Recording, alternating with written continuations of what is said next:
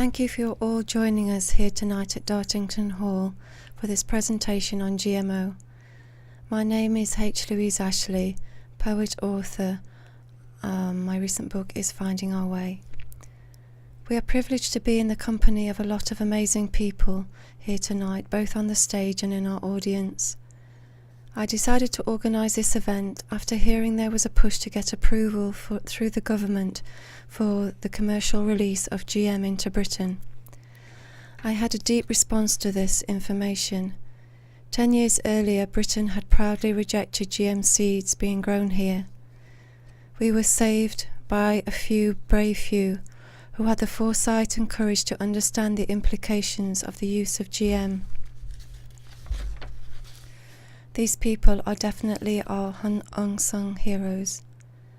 Since the introduction of GM seeds into the world, 250,000 Indian farmers have committed suicide whilst using GM, their failing crops and debts pushing them to end their lives. We have learnt about Terminator seeds preventing seed saving, super weeds, farmers facing liability for GM seeds blowing on the wind into non-GM farms, biotech companies using only short periods of times to test their GM inventions and not using independent bodies to assess their GMs. Independent studies have shown diseases, DNA and genes can be affected, and there is a aim to replace the whole of nature with a new genetic makeup. Steiner, the father of biodynamic farming many years ago, talked about his deep concern due to the introduction of pesticides, not only for the environment and our health, but also for our evolution as a species. The patterns we ingest through nature, our food, bring us healing and strength on many levels. This synergy can easily be depleted and disturbed. Here tonight, we are extremely fortunate to have with us Vandana Shiva, possibly the world's leading environmental speaker campaigner. She is also a hands-on practical grower of sustainable, environmentally friendly farming. She knows from first-hand experience that we can feed the world in an environmentally friendly way, without GM. Even deserts can be made fertile to grow foods again. If we reduce our consumption of meat, dairy and grain given as animal feed, we would also have increased areas of land available for sustainable growing and planting of more trees. As human beings, we have been given the responsibility of being caretakers of the earth. Its beauty and its richness are ours to enjoy, but we certainly must learn to respect nature again. Life doesn't get born with a barcode on it.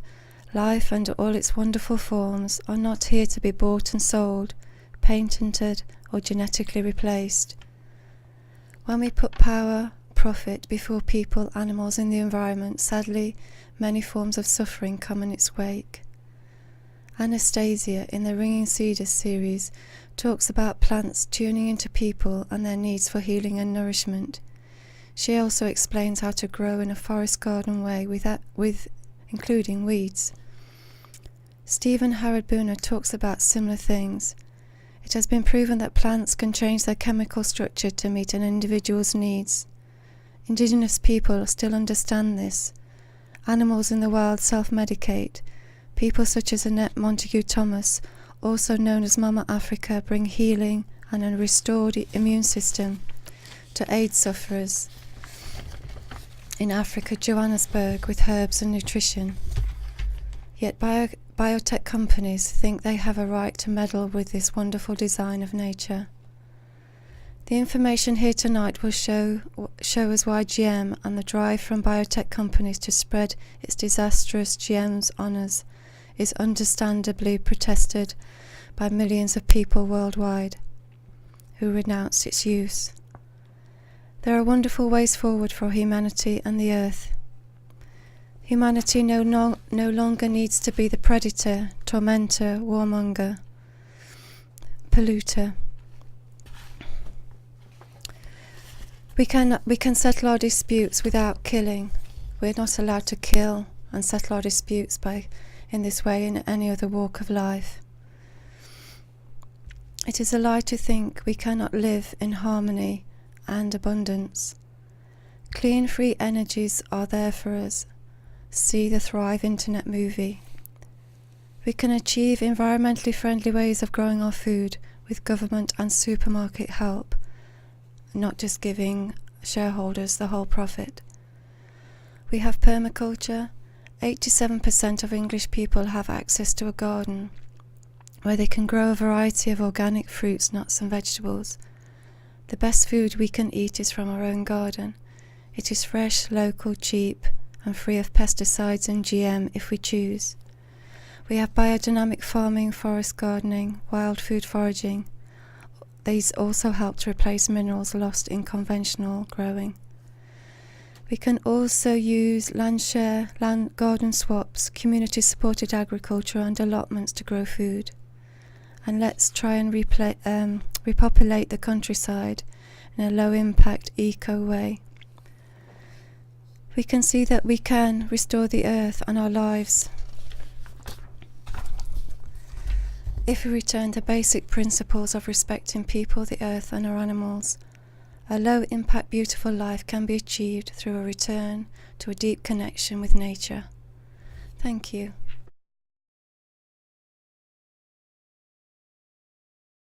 Thank you everyone for coming. It's my great pleasure to open the GMO conference here at Dartington. Really appreciate everyone coming. It's fantastic. We've got some fantastic guests. Vandana Shiva has come to help us here. And Hector Christie, well, there's so many, you know. I'll be introducing them as we go along. Thank you all so very much.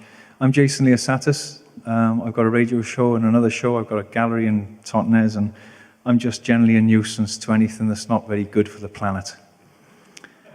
That's my role. I'd rather be on a beach somewhere, lying in the sun, but unfortunately, that's what I've got to do.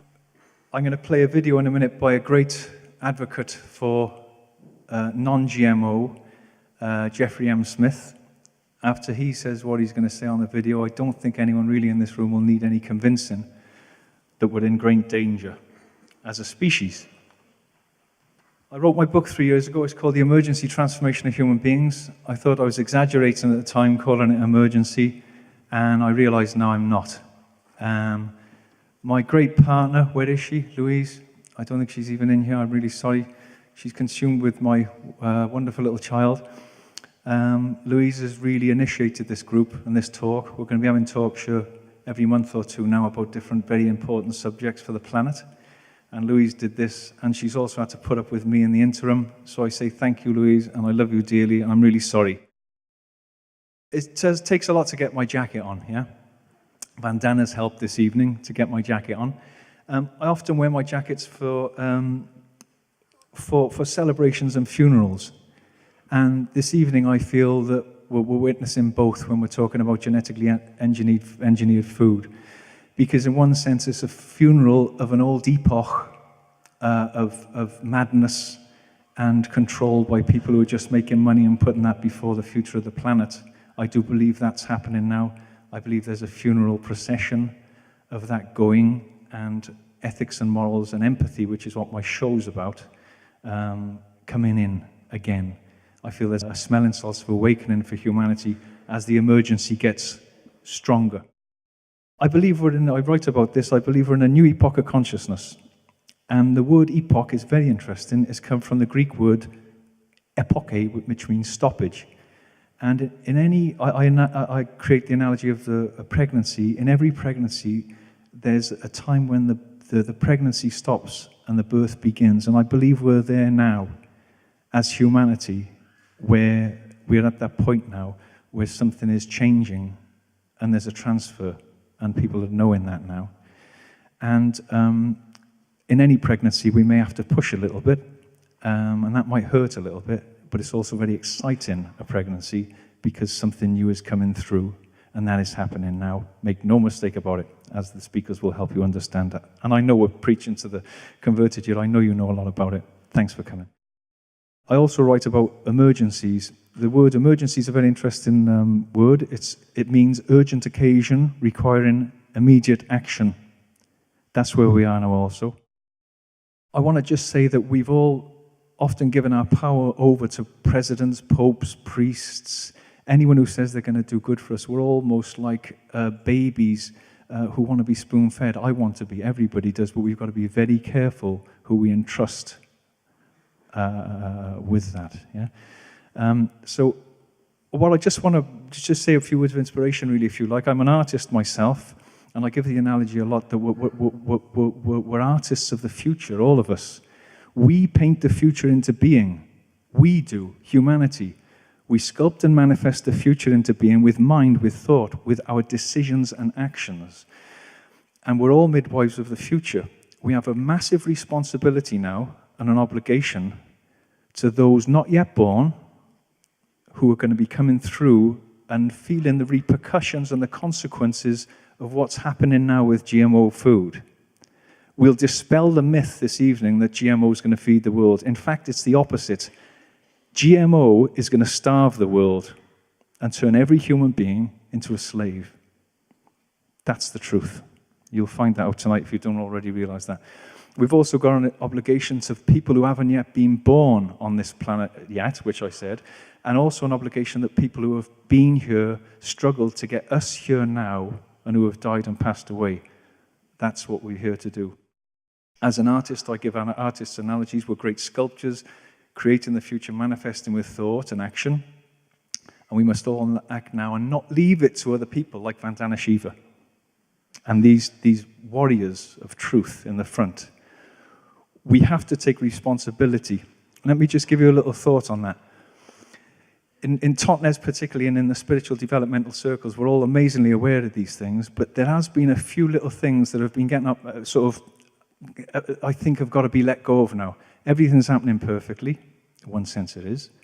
What you resist persists, in one sense it does, and don't look at anything negative. Those things are an easy way of not acting and being responsible as the manifestors and midwives of the future of this planet. I'll give you a really horrible example. Everything might be happening perfectly to me, but if someone's raping my mother or my child, then it's not happening perfectly, and I will act to stop them. And that is what is happening now. Our Mother Earth is being raped, and our children are being raped from what's going to happen to them if we don't act. I'm sorry to be so forceful about this, but it's a very, very serious issue. What we are now as a team of people who have got a responsibility to change the trajectory of madness and psychopathy, if that's a word, on this planet. There's a trajectory which is going forward. And if we think it's bad now, we've seen nothing. Because trajectories and feedback loops and consequences in the future made without wisdom and vision now, we can't see yet. We can't see that yet. They are manifesting in the womb of possibility down the timeline now, like a Frankenstein's monster. And, as Deepak Chopra will tell you, he's done a video for me this week, very kindly, very proud of him to do it. It's killing us. But you can't see it now. But you can see it in rats with tumors. We'll talk about that later. Like I said, if our mother and child's being raped, we've got to act. Profit, power, and control is coming before the future of humanity. That's got to stop. We all make ethical compromises to a degree, but ethical compromises are our greatest threat as humanity now. There's only one other thing that's a greater threat to humanity than ethical compromises, and that's the human mind. The human mind's the greatest threat to humanity because the human mind, although it's not solid, creates solid things. Everything. Everyone in this room was created by one thought. Every chair, this building, the town of Totnes, a sandwich. They were all created with thought. Sure, the molecules were there to begin with, to be tapped into conformity via thought, but we are the manifestors, sculptors, and creators of the future. And that power is tremendous, but we've given it away to people, and we've got to take it back now. Like people, like these people here, who are doing miracles. Look what one person, Vandana Shiva, has done. One person. Now, we can't all become Vandana Shivas because she's unique, but we can all try our best to do our part. Even if posting, what can I do? Post one picture on Twitter, one thing. Just do something. And then the orchestra of humanity will change. It's individual transformation and awareness which is going to change this trajectory of absolute insanity, which is killing the planet. 250,000 Indian farmers have killed themselves. It's unbelievable. So, and the other thing is we're becoming used to the asylum. Slowly but steadily, we're becoming used to the asylum that's been created for us, and we've got to change it. That's about it for me, really. I want to end by saying there's an old Zoroastrian proverb you might have heard, and it says, evil finally becomes stupid. So the people in positions of power are supposedly the cleverest people on the planet. I'm sorry to say, most of them are acting like they're the most stupid. And they've got grandchildren and children. That's the amazing thing. And that's how much money ethically compromises. I could hold a gold bar up in this room and say to everybody, what are you going to do to ethically compromise to get this gold bar? Some people would spit in my face. Some people would say, nothing. I won't ethically compromise. And some people would bomb a country or kill 1,000 people or 1,000,000 people. So ethical compromise are our greatest threat. Before I close, one more thing. We've also got to be very careful. We were discussing this earlier on. The GMO move will be, oh my gosh, they've gone quiet for a while. They're not doing anything. Let's get on with it. Don't worry about it. The GMO movement and ethical compromises are like black beetles. If you've ever seen those black beetles, you prod them and try and stop them walking. And they pretend to be dead. Yeah? And then you turn your back. And then they come back to life. Yeah? So that's what we've got to be careful.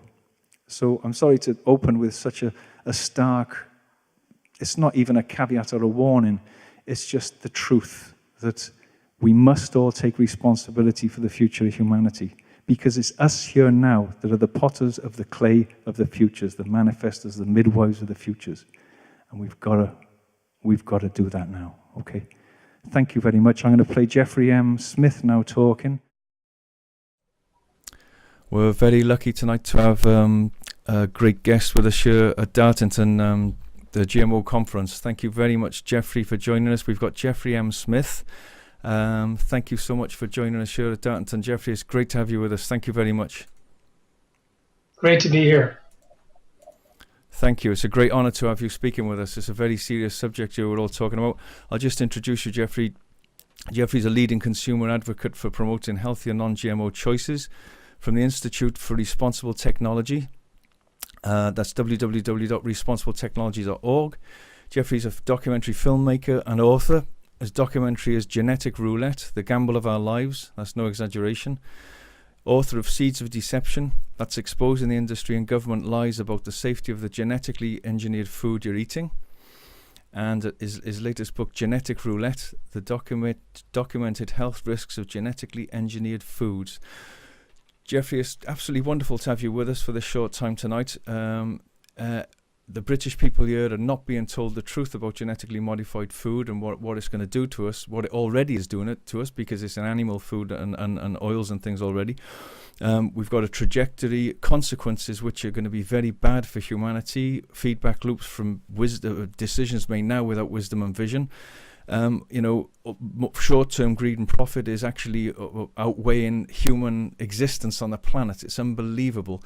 And excuse me, I don't want you to hold back here tonight. We're all listening, and we want you to tell us the horrors of GMO food, please. Thank you very much, Jeffrey, for joining us tonight. Thank you. Sure, Jason. It's not just the people in the UK that are being kept in the dark. There's been a systematic attempt to deceive the people all over the world. A classic example was the policy of the Food and Drug Administration in the United States in 1992. It falsely claimed that the agency wasn't aware of any information showing that GMOs were significantly different. On the basis of that lie, they said no safety studies were needed and no labeling was needed.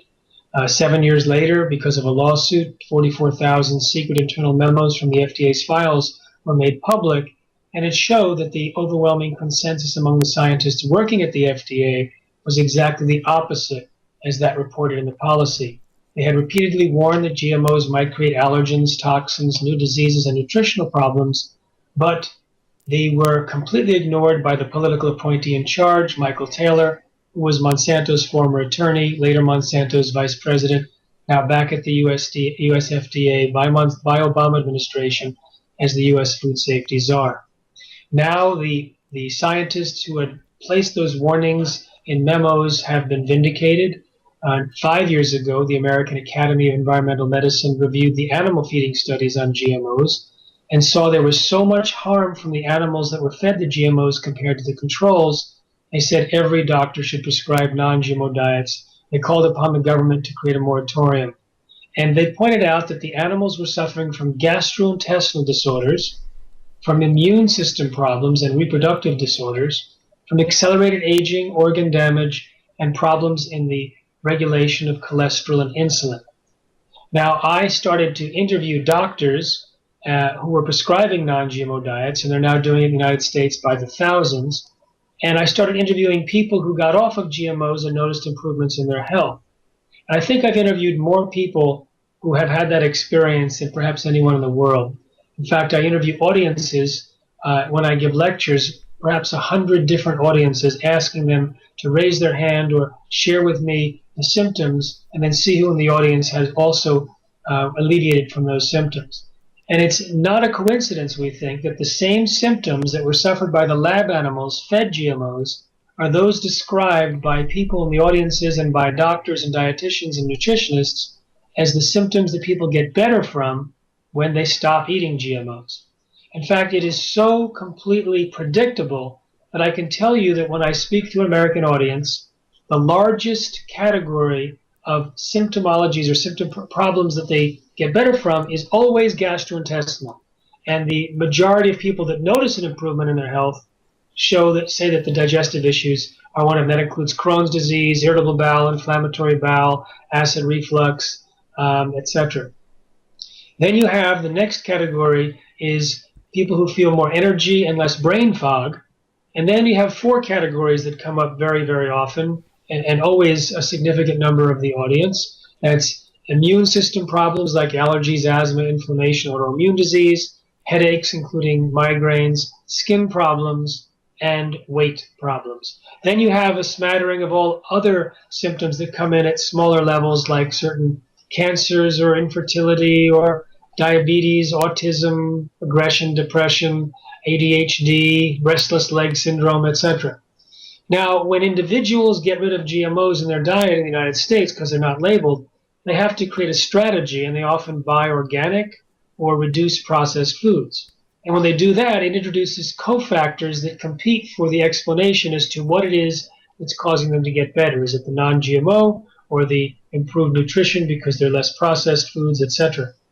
But in farms, we hear from farmers and veterinarians that when livestock take GMOs out of their diet, it's not a matter of going organic or reducing processed foods. They're removing one item, GM soy, and replacing it with another, non-GM soy or corn.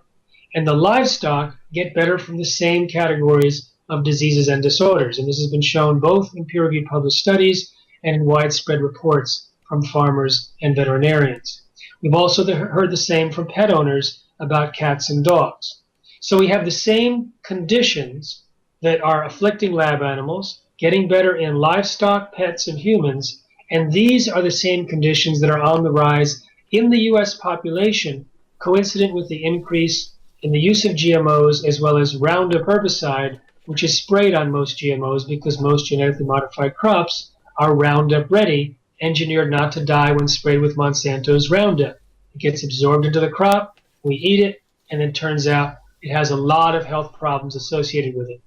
Now, if you look at the nature of Roundup toxin, that could explain most or all of the different conditions that we're seeing.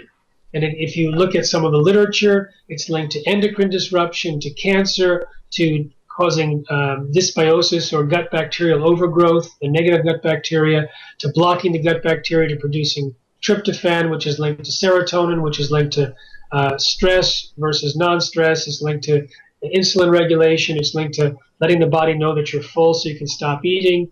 The gut bacteria is also blocked from producing the L-tryptophan that's linked to melatonin, which is related to sleep disorders.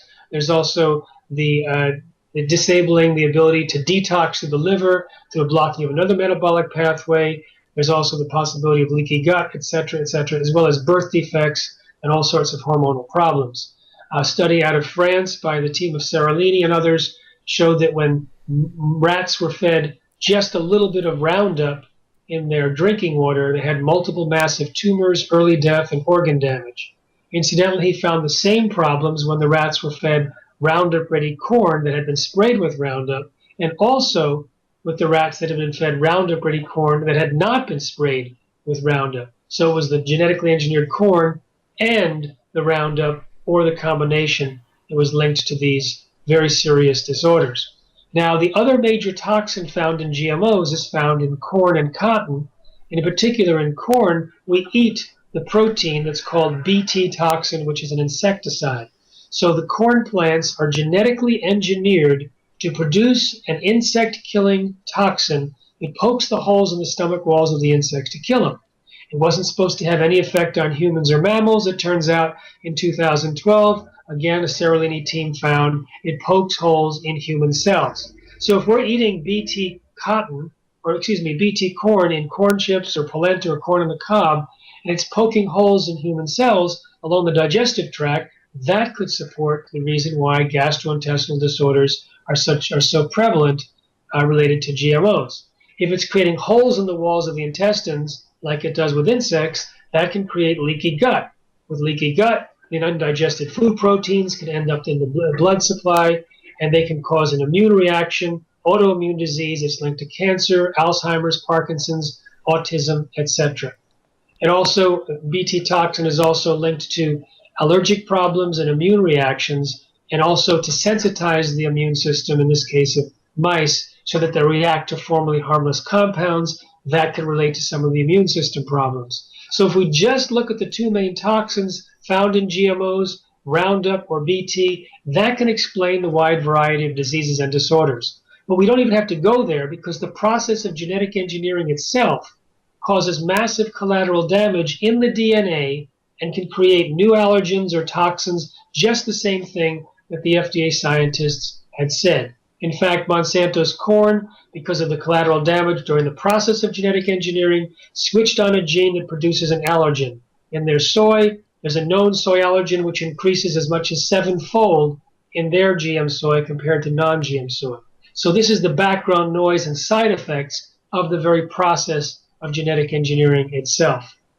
Now, in Europe, a lot of the GMOs have been removed as direct ingredients, but you still have animal feed. The FDA director of the Center for Veterinary Medicine, Gerald Geist, in 1991 and 92, repeatedly warned that consuming milk and meat from animals fed genetically modified feed carries unique health dangers. For example, if there's a small toxin in the feed and it accumulates in the tissue of the animal more and more, then when you eat the meat or drink the milk, it's possible you'll get a much bigger dose of that bioaccumulated toxin.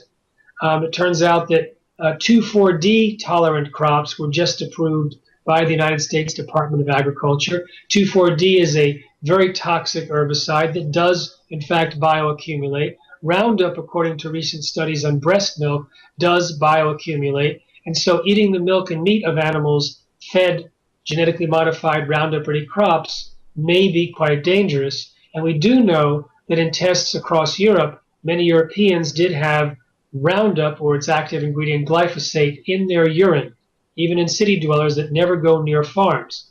So Roundup is linked to many of these diseases and disorders.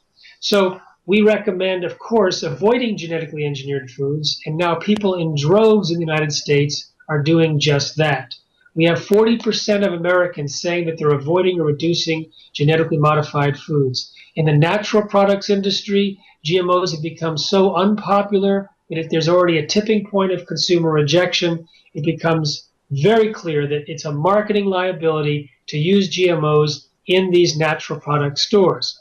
Now we have a few brand leaders in conventional supermarkets that have declared themselves non-GMO, like Cheerios and Grape Nuts breakfast cereals. If they increase in sales as a result of their recent claim of being non-GMO, we expect to see a European-style tipping point, the kind that happened there in 1999 when Unilever and then Nestle's and then everyone else committed to stop using GM ingredients because of the widespread concern about GMOs by the European people, especially in the UK. And that was because the European papers, especially in the UK, some British papers were very, very vocal about the health dangers of GMOs. We don't have that in the mainstream media in the United States, but it's been getting out through specialized media and the internet, and now it's getting out through people telling their friends that when they get rid of GMOs, they feel better, and especially their children feel better. I was with a pediatrician 2 nights ago who was one of the top pediatricians in the United States and awarded that distinction several years in a row. She told me that she believes that genetically engineered crops are a major contributor to many of the numerous diseases that are on the rise in her profession, creating very complicated problems among the youngest of our population. So we'd like to recommend that everyone get involved in trying to stop GMOs right now. This is a critical time. The biotech industry has claimed, or has as their stated goal, this was by Monsanto's consultant, they said Monsanto's stated goal was to genetically engineer 100% of all commercial seeds in the world and patent them. And that has just expanded now with the introduction of genetically modified mosquitoes by Oxitec in the UK, genetically modified salmon, which is waiting to be approved in the United States by Aqua Bounty, and also genetically modified livestock and trees and algae and fungus. And basically they want to replace nature. They want to eliminate the products of the billions of years of evolution and replace it with designer organisms designed for greater profit and control. And as we know, the self-propagating genetic pollution, the pollution of the gene pool, is irreversible. Once they replace nature, there's no going back. So this is the time period, this is the generation, these are the few years where we decide as a race, as a planet, whether we're going to take Monsanto's ideal future or to continue with nature and support her intelligence. So it's absolutely essential that people get involved, and we'd like to invite you to responsibletechnology.org. And we just put up on our site the interview that I did with Vandana Shiva in China, where she talks about how she and I, we talked about us together, how we've been attacked more and more this year than ever before by the now desperate biotech operatives. Also, there's a summary of the most powerful conference on GMOs ever held in the world in Beijing at the end of July, with 30 people speaking about the dangers of GMOs. And I had the honor of summarizing that conference, and I give an extended summary also on our website. You can find that summary and the interview with Vandana Shiva and about 5 other bonus materials, all for free, at responsibletechnology.org/China. responsibletechnology.org/China, and be sure to sign up for the newsletter so we can keep you informed about the dangers of GMOs and what we can all do about it. Safe eating. Thank you so much, Jeffrey. I mean, I've got no questions. That's it. You've given us you've given us a wonderful thing. Thank you so much. And I was going to ask you, what do we do? But of course, you've answered that question. We are the midwives of the future. What will we say to children in 15 years' time when they've got tumors and everything? We are the midwives of the future. We must take responsibility, and it is up to us now to change. And as Jeffrey said, go to Jeffrey's website, responsibletechnology.org. Jeffrey, thank you so much for joining us at the Dartington Symposium. It means a great deal to us. You're great work worldwide. I know you're doing a 2-hour talk on coast to coast now soon. I'll look forward to seeing that. And if we can all become Jeffrey Smiths and Vandana Shivas, then we will have change in a moment. And just don't put it in your mouth. That's the answer, isn't it? Thank you so much, Jeffrey, for joining us tonight. And we really appreciate what you're doing. Thank you so very much. You're most welcome. Thank you very much, Jeffrey, for that video. You'll be watching this, so we really appreciate your great work. Thank you so much for helping us tonight at Dartington.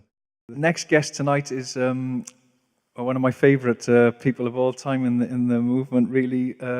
Warrior for truth, amazing man, actually hands-on. Here's someone that actually takes action and actually doesn't talk about it. So we've got Hector Christie. Hector's at Tapley Hall Manor. I was there the other day. Amazing, beautiful place doing permaculture. Go and see Hector there. Hector's book's called No Blade of Grass. Get that book as well. And thanks very much, Hector, for coming tonight, and thanks for everything you're doing for the future of humanity. Thank you, Hector.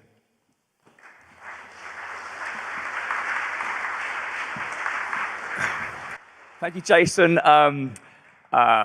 It's a huge honor to be here. Welcome to all the undercover police. I need to say that because they seem to come around everywhere at the moment, especially when we have Global Our Resistance festivals and big green gatherings. My dad died 4 months ago, and 6 months before he died, there was a huge celebration of opera going on in the Hilton Hotel up in London. And all the people from the Scala, the Met, the top opera houses were there. And out of 600 people, he was the only person who received a standing ovation. And he's now widely, worldwide acknowledged for having done more for opera than anybody else. Now, I'm not putting myself remotely anywhere near him, but we clashed. Because my passion is something very, very different to his. And towards the end of his life, he did actually understand, which was a huge honor. But I have the same sort of ferocity in my heart and determination that what we do now can make such a difference for the future, as we were just hearing from Jeffrey Smith. And I think that nature sometimes steps in. I was, I suppose, an average semi-professional footballer for many years. And in 2001, I broke my leg very badly and was told I would never walk again, probably, because the tibia was put into my calf muscle. And fortunately, the top pin specialist did a job and everything like that, and as you can see that I am. But I didn't care. I let go because I knew something was going to happen. And I felt a very spiritual upliftment. And when they told me I might never walk again, I really didn't mind because I knew that something up there had a different path for me. And it was weird because after about 3.5 weeks, I was getting a bit bored. And suddenly I saw on the sort of like the TV that foot and mouth was spreading from Holsworthy and Hatherley up to North Devon. And it was my sword on the road to Damascus moment when I suddenly hit me in the heart. And I knew this is what I was meant to be doing. I was the first farmer to padlock and chain ourselves in to protect our highland cattle. And on the end of the line as well, with the wonderful Rupert Hawley, who's here as well, and one or two others from North Devon, farmers could ring us up at any time of day or night, and we would go down at 3 o'clock in the morning armed with chainsaws and lock arms against the riot police, the army who were supporting them, felling trees across drives and everything like that. This went on for 8 months, and yes, I became an extremist at the time. I couldn't talk about anything else, and it becomes totally self-obsessive. But this, in a way, was the start of my journey. We then helped stop a Tesco's being built in our local town the next year, Bideford, by sheer bloody-minded determination. I went on every sort of like protest across Europe to the G8 summits and blah, blah, blah. But anyway, suffice to say that since my dad died, I've been going more and more into GMOs. And I organized like lots of small demonstrations, and I'm sure a lot of you were here in different sort of like parts of the country, different towns, villages, and cities. We had a wonderful one outside of Westminster. And there's like lots of propaganda that we've got here, and the posters are there with like Snow White and everything like that. And please help yourself. We've got extra posters, stick them up wherever you want, and also sort of like the information sheets and everything like that. What really I've been asked to do by Gerald Miles is actually to sort of like talk about the story about me getting into Rothamsted research. And the reason is for that, again, is because of the spiritual thing. I believe if we put ourselves in a situation, we can be used by the angels.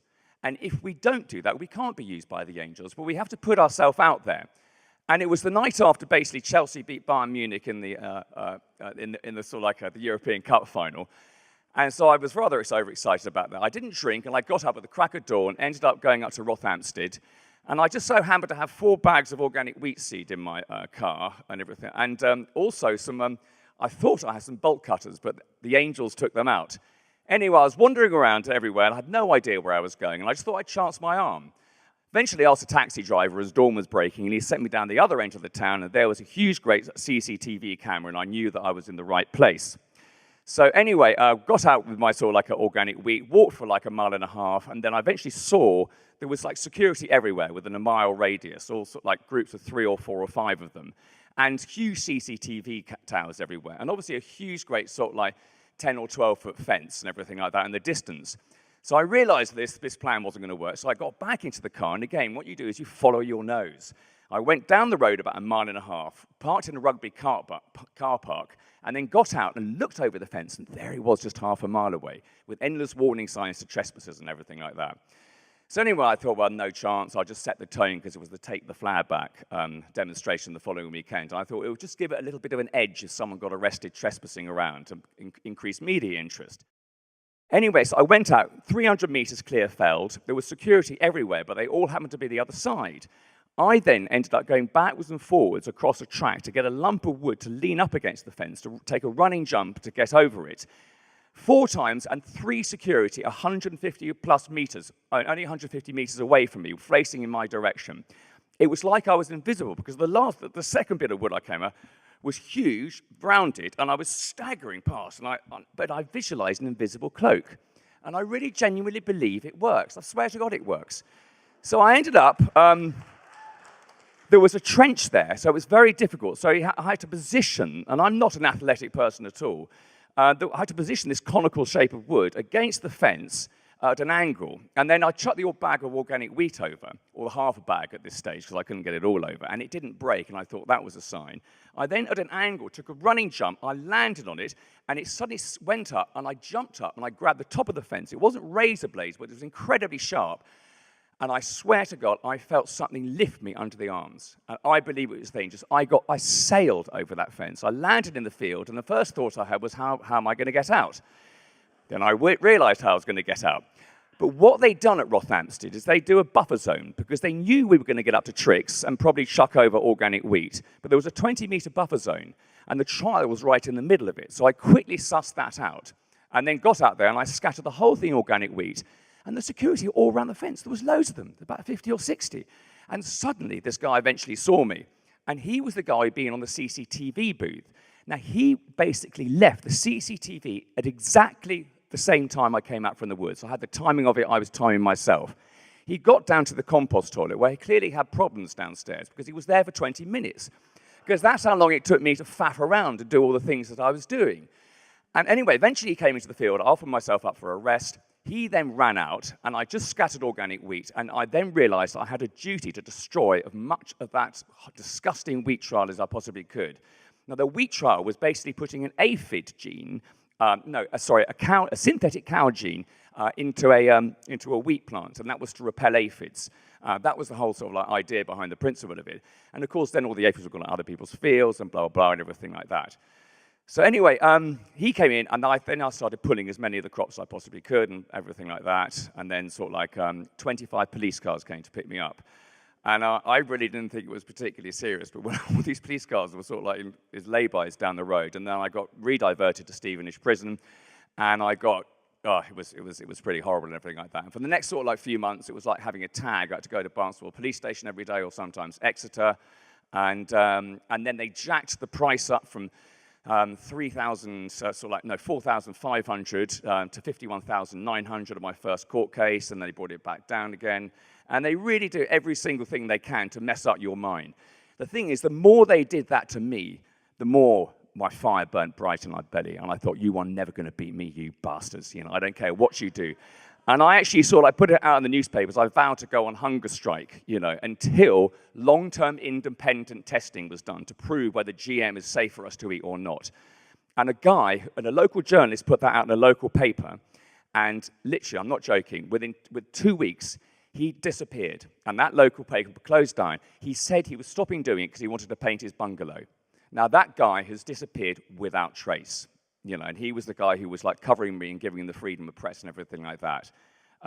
This is very much what we're up against. Yeah, one other thing. Sorry, we had a party up at our place quite recently, and I got this letter because I was sending around all these cards. Basically, 18,000 of those cards, those small cards, have gone out. Not one's come back because my post is now being intercepted. It's got that bad. But I've actually checked my clock. I've had my time, so I won't read it to you, but I'll leave some copies there. So thanks very much indeed.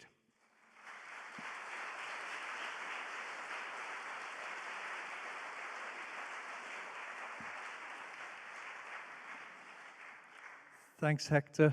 A real warrior for transformation there. Well, if we can all be Hector Christie's, it'd be amazing. There'd be change overnight. Next gentleman who's joining us is Jim McNulty. Jim is co-founder of GEN, which is the Genetic Engineering Network. Thanks, Jim, for all your great work. Thank you very much.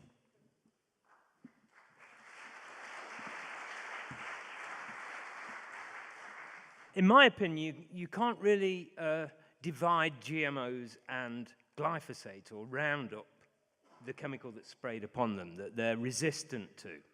And so I thought tonight maybe it'd be a good idea for us to just have a look at what's happened in the US with respect to Roundup in the environment, because that's a precursor of what we've got to come, I believe. So now, we attended a talk given by the agroecology group in Parliament about 6 months ago, and Professor Don Huber of Purdue University, one of the most senior chemical scientists in the world, attended. And these are some of the bits of data and information that he told us about. Okay. Now, for instance, the incidence of Roundup in the air, the soil, and the water in the US is currently 10 times what it is in the UK. 10 times. Now, in the 17 or 18 years since the first approvals of Roundup-resistant corn and soya in the US, there's been a 13-fold increase in the amount of Roundup that's being sprayed on the land. That's 1,300 times increase. So now, currently, now there are a few points here. Does anybody know what the most commonly and frequently used antibiotic in the world is? Roundup. Did you know that? So, you know, our government is so concerned about antibiotic resistance being inferred to our children and stuff like that, but yet, you know, they're about to approve the commercial release of something that's going to cause an explosion of use of Roundup in the UK and across Europe, potentially. Now, also, in the States, there is a massive problem with Roundup-resistant weeds. 60 million acres of the US is currently unavailable for the commercial use of crop growth because of it. Ironically, by the way, the crop that is currently the most frequent of these super weeds, they've been named, is a crop that is far more nutritious than the soya and the corn that it's blocking the growth of, and that is amaranth. And amaranth, its name in Latin actually means that which will not wither. Okay? And to me, it's like as if they're getting their karma back, to be honest, because each seed head of amaranth has up to 20,000 seeds in it. Okay? Each head.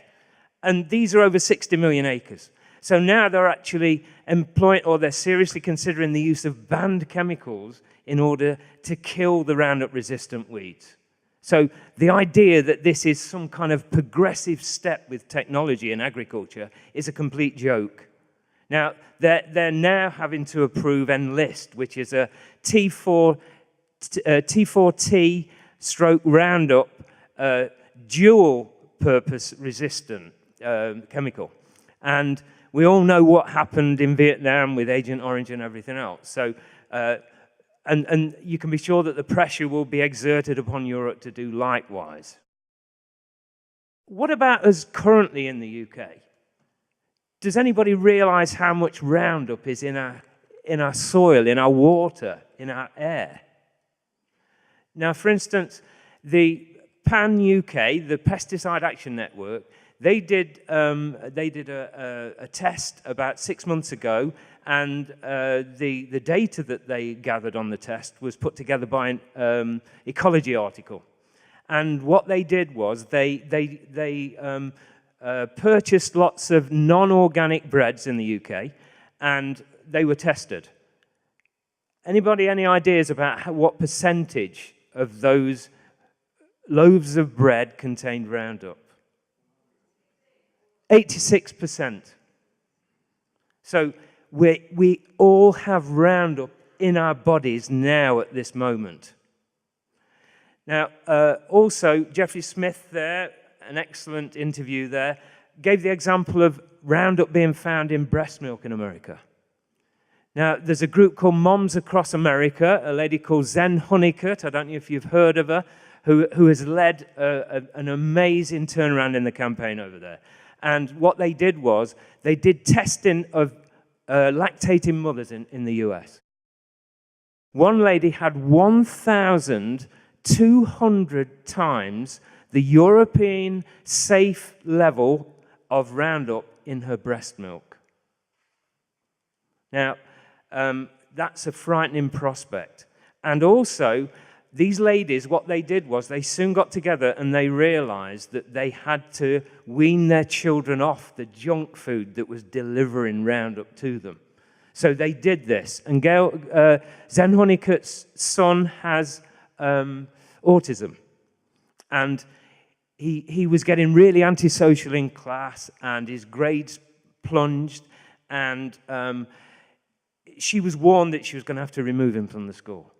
So now the collective illnesses that these ladies' children suffered from were some of the leaky gut syndrome, irritable bowel, Crohn's disease. These are all the kind of problems that the children were suffering from.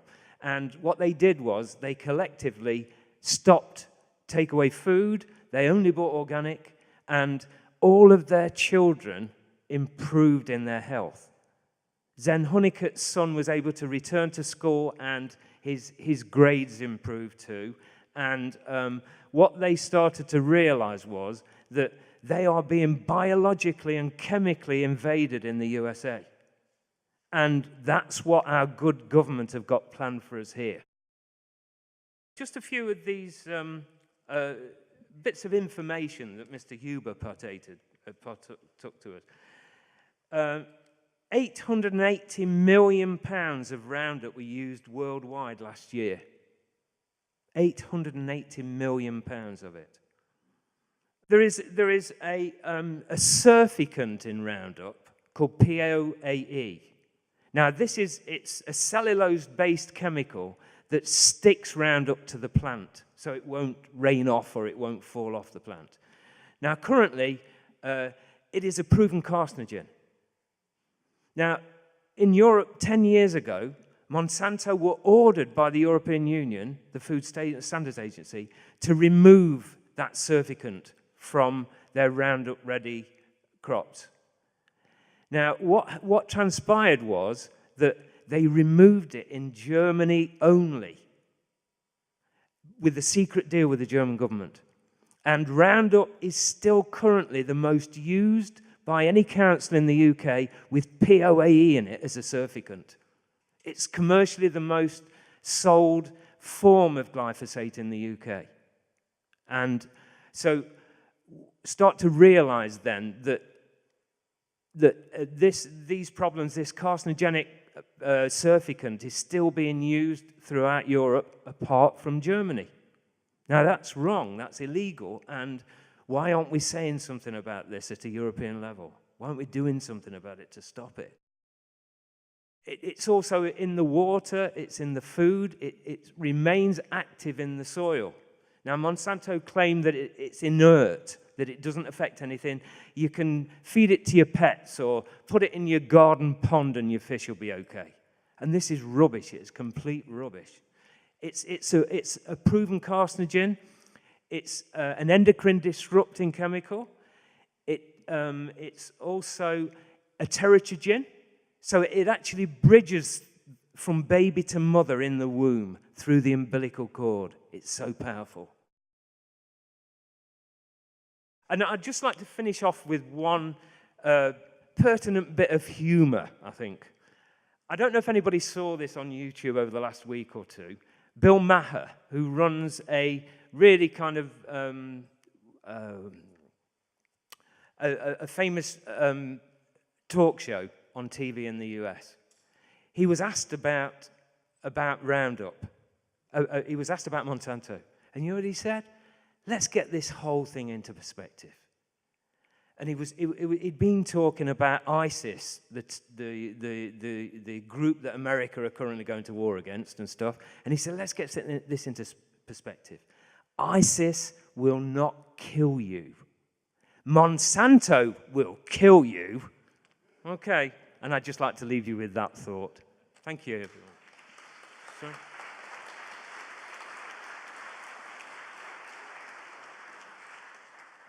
Sorry, one quick question about Roundup. You sort of talk about the surfactants. Am I right in thinking that when they do the test, that they do it on glyphosate alone? Because glyphosate is the safe part of Roundup. That's right. And they actually leave out these surfactants. It's not just the surfactant, it's the salts that are used. There are currently 9 salts are used, only 2 have been tested. And there's no access to the data or the availability to be able to test those other salts. And you know, lots of groups, activist networks and things like that, like Earth Open Source, Claire Robinson of GM Watch and stuff, she's been trying for years to get access to that data. And because of intellectual property right, Monsanto aren't forced to release it to be assessed. Okay? Basically, the European Food Standards Agency, they accept Monsanto's word that it's safe. Okay? There we are. Thank you very much.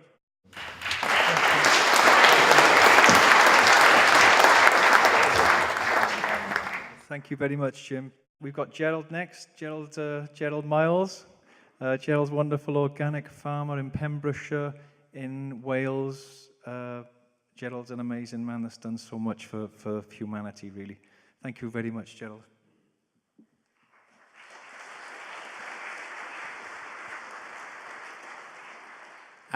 Good evening. It's a privilege to be here, really. I got involved in campaigning against GM crops over 10 years ago. There was a crop of GM maize going to be planted in our area, and I got involved with the actual farmer that was going to plant them and tried to persuade him not to plant them. And in that campaign, in about 6 weeks, we were able to prevent him from planting them. From there, it ended up that we campaigned to get Wales free of GM crops. And we persuaded a farmer in North Wales not to grow it. Through the time up to 2003, in 2003, there was a big demonstration in London, Tractors and Trolleys it was called, a pilgrimage. And I drove my tractor from my farm all the way to London, taking 8 days, 360 miles.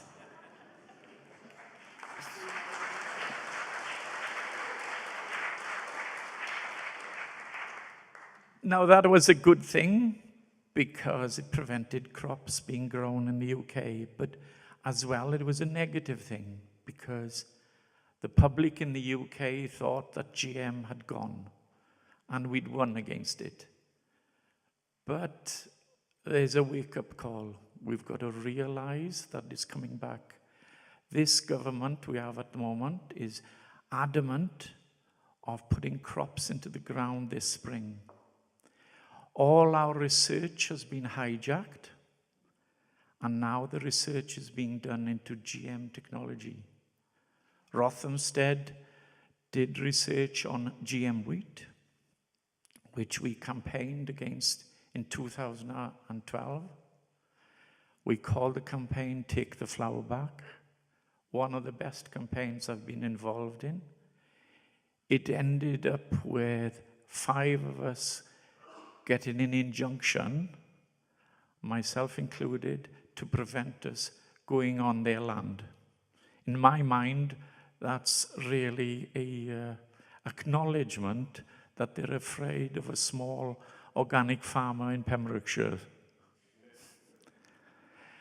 Now in the John Innes Centre, they're doing research on GM potatoes, investing 1.3 million into creating a potato resistant to blight. And we've already got varieties like Sapo potatoes that have been naturally bred, and I grow 4 of those varieties myself. So why is the government wasting all this money into this technology when we have the answer in nature?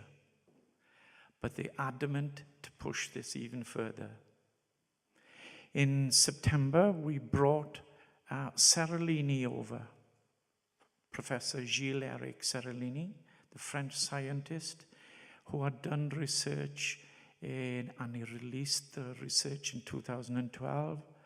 And it was, he fed 200 rats for 2 years on GM maize. And 86% of them died of massive cancer tumors. Now, do we want this in our food? At the same time we brought Seralini over, we brought a farmer from Denmark, Ib Pettersen, and he's a pig farmer that farms, he's got 500 sows, and he found that the health of his herd wasn't good, and he decided to change. He was feeding them GM soya, and he was getting a lot of abortions, and disabilities in the pigs were deformed. He was using a lot of antibiotics. Once he switched into non-GM soya, he found that the health of the herd improved. He had the percentage of births of his piglets improved. He had no deformities. He reduced the antibiotics to very little percentage in his herd. So these are proof in our lives that actually, GM does us harm. But the governments in this country and the European Parliament won't listen. And if we don't wake up in this country, because this country is the key in Europe, if the UK fall, the rest of Europe will fall. And this is their strategy, their plan to try and degrade us and take us and put GM crops in this country. It only takes one crop. This is what they're trying to do now in Rothamsted. They're growing this flax, Kelowna, I think it's called. It's a flax variety that's been, the DNA has been changed so that it's got all the omega-3s in it, so that their argument is we don't need to reduce the fish in the sea because this plant will give you the health you need. And that's all you need is to eat hemp. Hemp seeds and hemp oil gives you all the health and all the omega-3s you need. So the answers are in nature. And my answer is always when people ask, why are you against it and whatnot? How can they know what they're actually doing when they only know what 6% of the DNA of the plant actually does? Isn't it time we extended the research to know and understand how plants function and respect it? Thank you.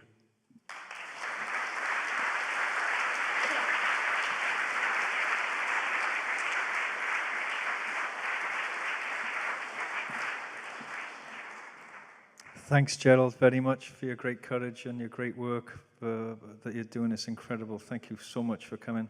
100% GMO, that's what they want. It's on record. 100%, that's trees, everything, the lot. And if everything's GMO, that means we will also be GMO because our DNA would have then changed to the point where we will also be GMO. That's it. Next up, I'm delighted, absolutely delighted, to welcome an amazing a man for what we're talking about here. He's the barefoot beekeeper, Phil Chandler. He's a founder of Friends of the Bees. Delighted to talk about this because the bees apparently the yardstick. Phil, thanks very much for coming and joining us tonight. Thanks a lot. You're welcome.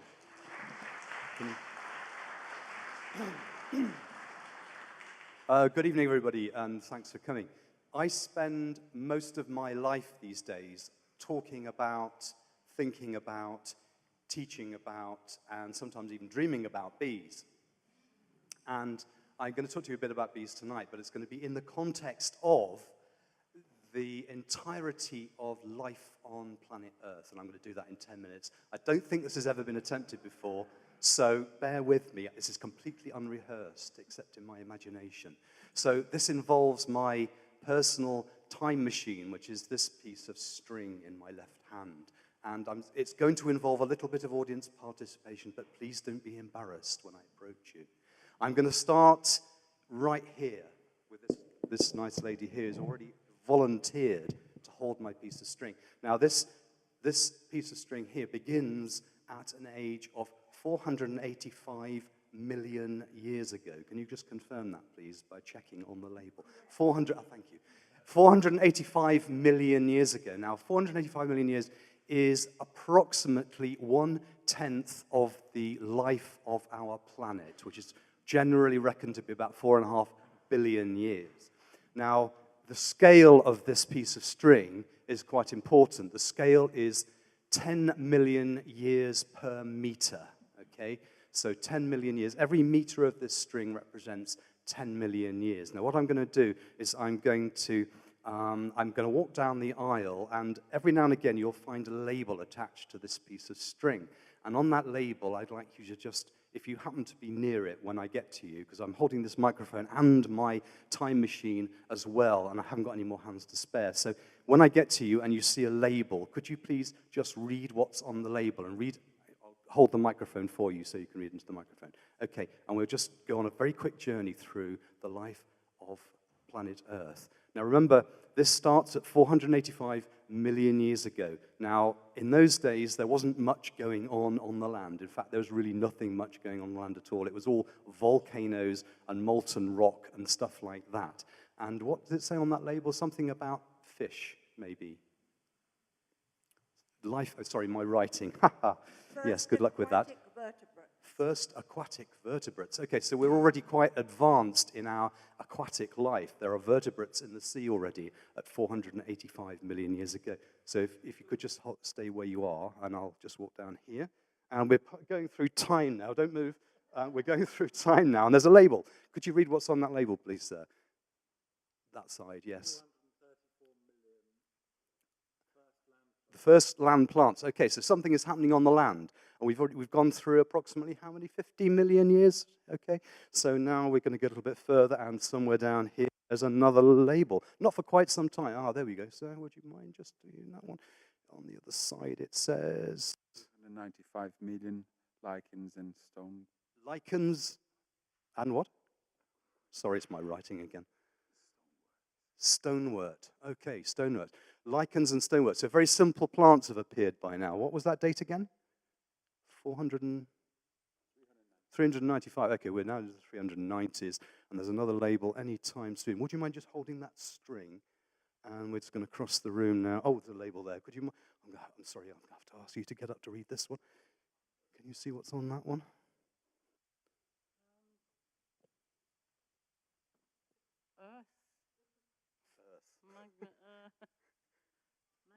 No, okay.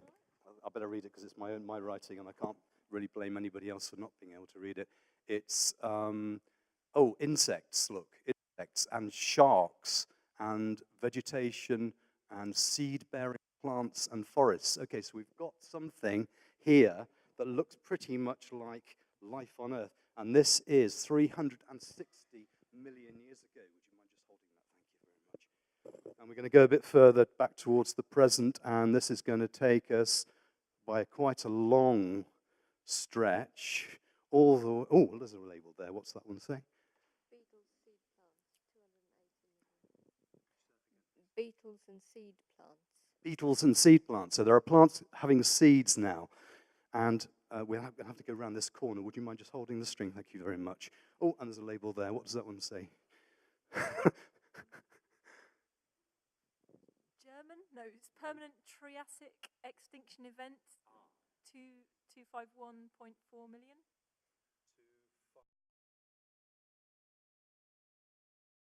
Right, thank you. So we're going to go along here now. There's going to be another label any second now. Not yet. Sorry, sir, I'm going to have to go round you. And there's a label right there for you to read. Thank you very much. Mammals have appeared 200 million years ago. We've got some mammals. And we're going to go back down this side. Any more labels yet? Remember, we're traveling at the rate of 10 million years per meter here. There's a lot of time going by. And we've got, oh, there's a label. What's that? Birds, 150 million. 150 million years ago, we've got some birds. Excellent. And another one here. Flowers at 130 million years. Flowers at 130 million years. Now, if we've got flowers, what else have we got? Most likely, yes, absolutely. Could you just grab the corner of that string for me? Because I'm going to have to go back across this way and down this side. Any labels down here? Oh, no, we're going to have to go. Oh, is it Mr. Label? Oh, no. What's that? Was that something important? What's that? 100 million years, and it's... Oldest known bee. Ah, the oldest known bee. Of course it was important. That's the age. That is the oldest known fossil bee. So we know for a fact that there were bees 100 million years ago. Okay. Would you mind just holding... Oh, there's another label there. What's that one? Non-avian dinosaurs died out 65 million. 65 million years ago, the non-avian dinosaurs. That's the ones that didn't fly, I guess. Could you just grab that string as I pass? Because I'm going to have to go further down here. And this is 30 million years ago.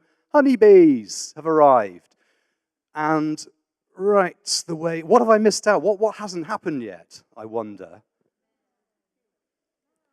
Right here, okay? I am now 25 centimeters from the end of this string, and I have just hit the Homo genus. Not modern man, but the Homo genus, the early versions, the early primates that led to us. And now, in the last few centimeters of this string, I've got modern humans, less than 2 centimeters from the end of this string, which means that if 1 meter of this string is 10 million years, 1 millimeter of this string is 10,000 years. The last millimeter of this string represents the entire history of farming, the entire history of man's involvement in modifying plants on this planet. The last millimeter of this string, which is 48.5 meters long, the last millimeter holds the entire history of farming. Back there when bees first showed up, and even earlier when flowering plants showed up, there must have been versions of bees or other insects pollinating those flowers. But let's just stick with bees for now. So for at least 100 million years, right to the back of the room, for the last 100 million years, bees have been farming this planet. They have been selecting the plants that provide them with food. They've been selecting the plants that produce nectar and pollen that they can use for food. So for 100 million years, they have been farming this planet. They have been shaping the forms of the plants that we see around us even now. And by doing that, they also shaped the development of the herbivores that lived on those plants. And of course, if they shaped the development of the herbivores, they must also have shaped the development of the carnivores that eat the herbivores. So there is a very real sense in which bees have been incredibly important, absolutely fundamental to the shaping of our planet as we know it today. So I'd just like to leave you with that thought, ladies and gentlemen, and that's how important bees really are and how unimportant we are by comparison.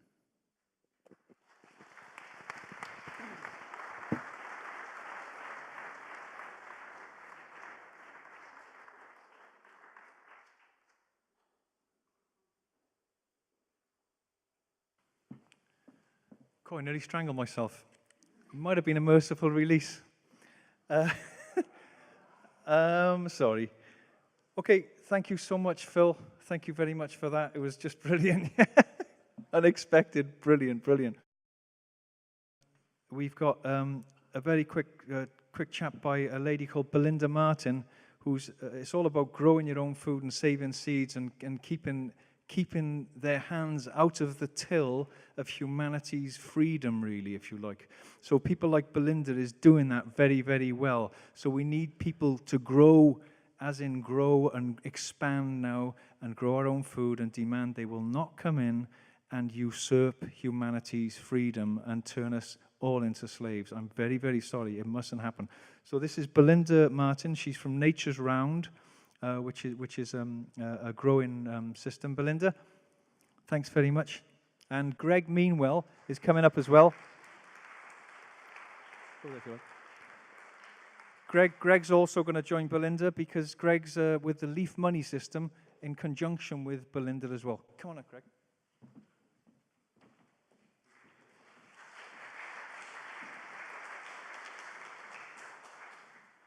Good evening. I'd like to tell you a story about the veg box, which you probably all have had some interest with at some point in the past. This is our veg box. It's a veg box with a story, a different story. This was a dream conceived about 20 years ago by some visionaries up in the heartland and has now been running for the past 8 years as Nature's Round cooperative. It's a kick, and therefore most of its application is for the people and for the community. We're based at Raythorn's Barn in the Dean Pryor parish of Buckfastleigh, and the difference of our box is summarised in 3 main points. All the produce are grown in harmony with nature and by custodians of the earth. The produce are all grown and sourced within a 10-mile radius and delivered within that same footprint. Community care and transparency are at the root of our application. All of these wonderful produce are produced by Nature's Round growers, which is a team of 10 dedicated people that work the land and have come together at the beginning of this season to work in a meaningful way to establish a heartfelt and soul-inspired product. Fresh produce are delivered to us on a Tuesday and distributed on a Tuesday, Wednesday and Thursday, which means that product might have been picked in the morning and are being served to someone that very same evening. We are following a process towards creating a local food economy. We're trying to create security, education, training and community development as the keystones of our aspirations. We encourage membership participation and steer and enthuse this growing machine, and there's always room for more participation on the ground, even if it's just sharing ideas. Upon the successful execution of a funding proposal, we hope to instigate and participate in various community projects in and around our area, and mainly to do with food production, preparation, and enabling a larger audience to have access to good local food grown from the heart. Our first prospect is the involvement with Buckfastleigh Primary School and working alongside some of our growers who have a wealth of experience and knowledge to share. Our hopes would be to encourage good food, good gardening, and educate children about their food source, emphasizing that good food is not just what nourishes your body, but understanding the vital link that underpins the importance of each child, of each human being, in their understanding of their place and their role in caring for the earth. We will be feeding the future custodians of the earth, and it's our duty to them to grow good people through growing good food. I believe this small team of growers have shown that you can make a change to the bigger picture if you stand together, united in the same belief. These growers mainly grow on their own, but have an open policy to volunteers or interested parties to participate or to be informed about their food source. We will not be able to change the perception of food until our food is understood to have a face, to have a life, and to have a story connected to it, and that we all can write that story by participating. Thank you. This is Greg.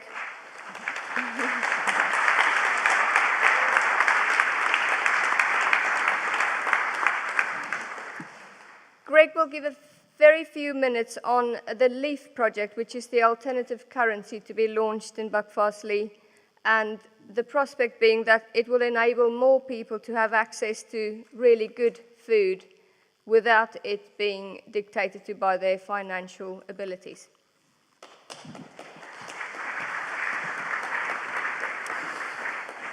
Okay, good evening. I'm Greg Meanwell from the village of Kin, and I'm going to talk about the LEAF project. Many of you might know the book and the film, The Hitchhiker's Guide to the Galaxy, and you might remember that it starts with Arthur in the pub and his friend trying to get some beers down him because the planet Earth is about to be destroyed to build a new galactic highway. Genetically modifying the plant kingdom seems to me to be a great idea that comes out of this book. And in fact, my belief is that Monsanto's business strategy comes straight out of The Hitchhiker's Guide to the Galaxy. Later in the book, on another planet, a new currency is introduced using real leaves. And overnight, the whole population becomes incredibly rich. But they have a slight inflation problem, and they need to revalue the leaf, so unfortunately they have to burn down all the forests. So with our leaf system, I believe we've ironed out a few of these problems because the leaf is backed by human effort. So one leaf is equal to 1 minute. The leaf is a kind of time bank, or let's exchange, with a big heart. A big heart because 10% of all exchanges are donated to the community chest to help worthy projects. So we are tithing 10% to enliven our communities, build friendships, have fun, so on. The community chest is managed by each local leaf council who decide how best to spend it for the benefit of the whole community, investing in arts, culture, supporting initiatives such as Nature's Round. So our aim is to co-create thriving community, places where we can live happier, healthier, and more abundant lives. This is how the leaf works.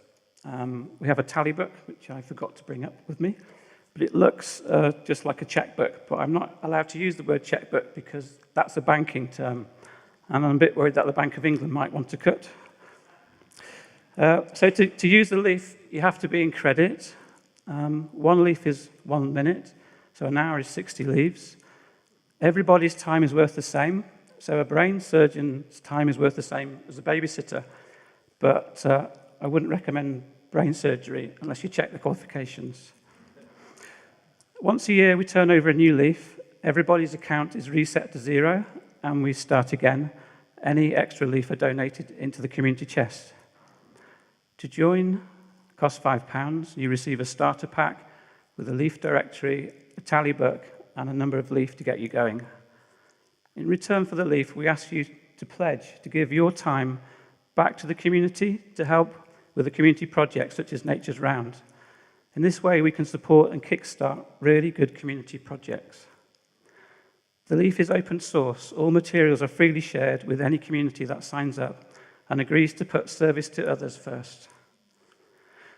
Come and join the leaf, grab a leaflet and get listed in your local directory. You can lodge your interest on our website, www.leaf.community. If you wish to help start or help coordinate a leaf community, either here or in your area, please get in touch.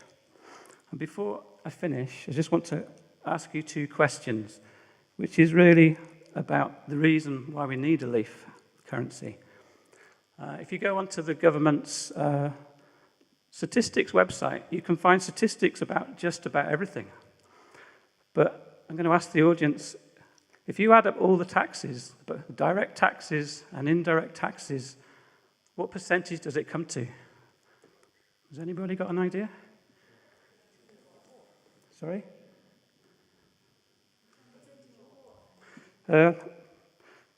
PAYE, national insurance, VAT. If you add up all the taxes that you pay through your life, what percentage of all the money that you earn is paid in tax? Sorry, I didn't explain that very well. Sorry? 60-70%. I've searched a lot on the internet. it looks to me as if it's around about 75%, but it's very arguable. So it's something like that. There's a lady called Professor Margaret Kennedy in Germany who's done a study of compound interest. So, has she? Oh dear. Well, she did a remarkable piece of research on compound interest. So in the sale of a loaf of bread, there are many, many businesses involved. And she worked out that a percentage of the loaf of bread or any product or service in Germany was compound interest. So can somebody guess how much compound interest we pay on average on any product or service? It's infinite. Compound interest means infinite interest. Yeah. Well, she calculated that 45% of any product or service is simply paying compound interest. So I'll leave it with you to put those two figures together to see how much we actually have in our pocket and the great need for communities to come together to keep our value and to keep the value out of the supermarket and Monsanto. Thank you very much.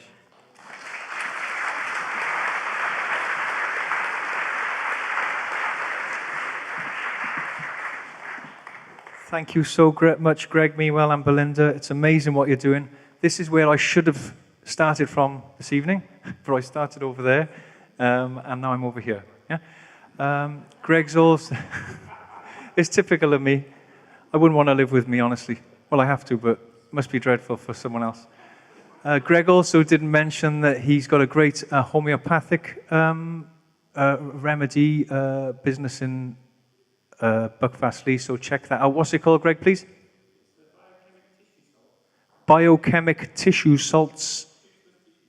Yep, so check that out. Greg's doing some wonderful work in many areas of his life. Thank you, Greg, for being a great warrior for truth and help.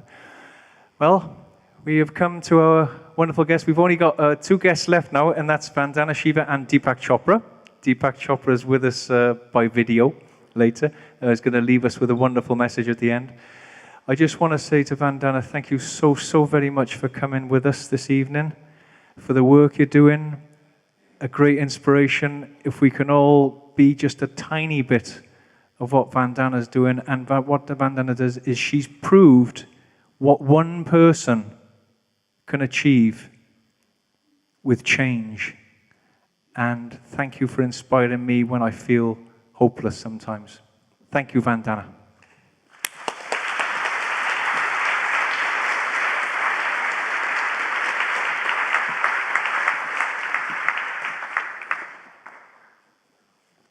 Thank you, Jason, for very quickly putting this inspiring evening together. I feel I'm back in those years when the GM freeze movement was strong in this country, and it had gone into a lull. But I know that lull is passing. Today is the launch of the new movement to stop GMOs from coming to England, and through England to Europe, and through Europe to the rest of the world, because that's the gateway. I also want to thank Greg for his beautiful talk on the leaf, because at the end of the day, that's the real currency. Yeah. You take that green leaf away, and of course, I would add, the bees that fertilize the plant, that allowed the next generation of the plants to come. And we've basically been fooled into believing that the real currency, which is the currency of life, doesn't matter. And the other green, which is the green of the dollar note, is all that matters. I got involved in the GMO question through the Green Revolution, which is the name given to the introduction of chemical farming in the Third World. It's not green, it's not revolutionary. It was just a trick to introduce war chemicals into agriculture. And as a child, I didn't know what was happening because I was busy studying my physics. But in '84, when the state of Punjab erupted, and that's the state where the Green Revolution was applied, I decided to do a study and wrote a book called The Violence of the Green Revolution. Learned then that what are called agrochemical companies are the old war industry. And in 1987, they were mutating into the biotech industry, the genetic engineering industry, the seed industry. It was all one. They even called themselves the life sciences industry. And I remember writing a report then that this is the death sciences in a new garb. At this meeting in 1987, where the old chemical industry was present, they said, we are too small. We're not making enough money. We've got to get bigger. And by the turn of the century, only 5 companies will survive. And the way to be one of the victors is first to buy up as many small companies as possible. So it's true, we have now 5 giants that control the seed and the chemicals. And I would add that they also control the medicine. They are the pharmaceutical industry too. They talked about how the way to make money in the future would be through patenting, through intellectual property rights. But how do you just walk in and claim intellectual property on life, which makes itself? And that's where they brought in genetic engineering as an excuse to patent life. They didn't build the tools of genetic engineering. These were done in universities. The tools of recombinant DNA, of moving genes across species, was done in public research, and the scientists who'd done it said, we are playing with life. We don't know the consequences. So in 1972, they organized a conference in California called Asilomar and imposed a self-imposed moratorium on their work. Till we have higher wisdom to understand, they said. But meantime, the tools were out in papers. They were grabbed, they were patented, and the old chemical giants now became owners of the venture firms that had been created. Before you know it, they were promoting GMOs as the solution to hunger.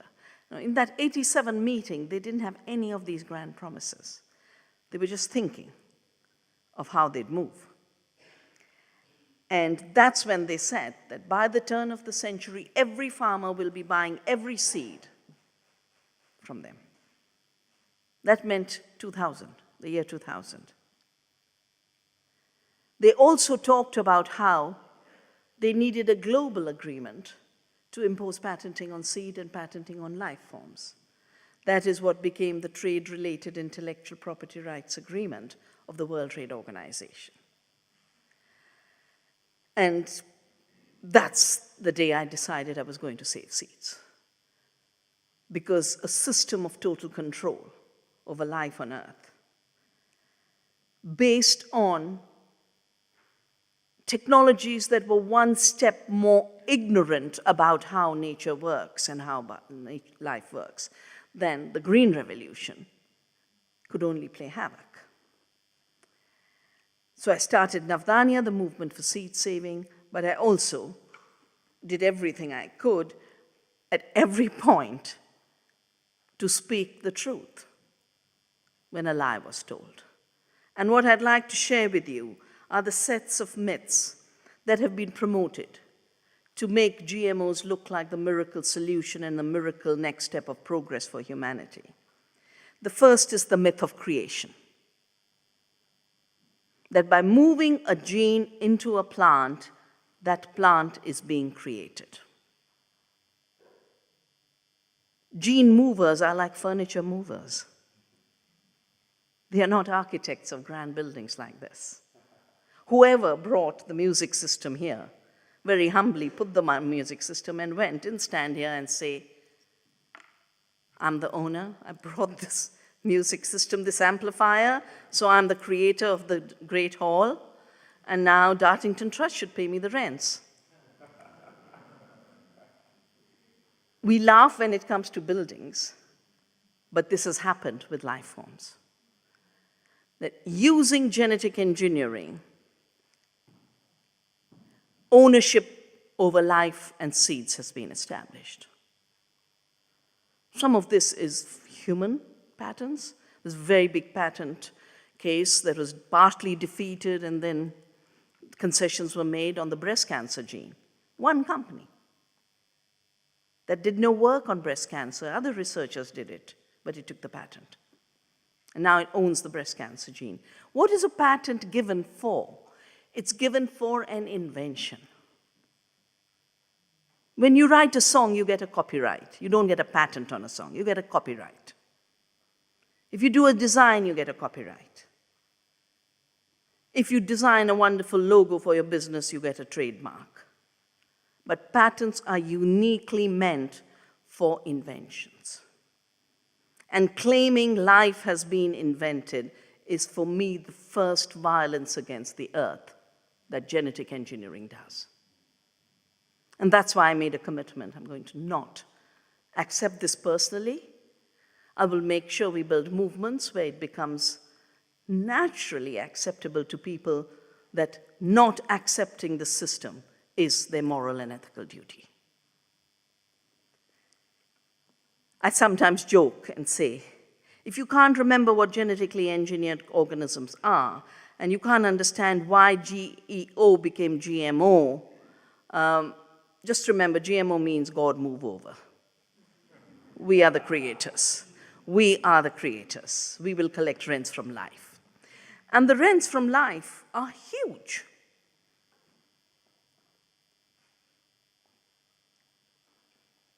Just in the US now, with Roundup Ready soya and corn, $10 billion annually is what the farmers there are paying.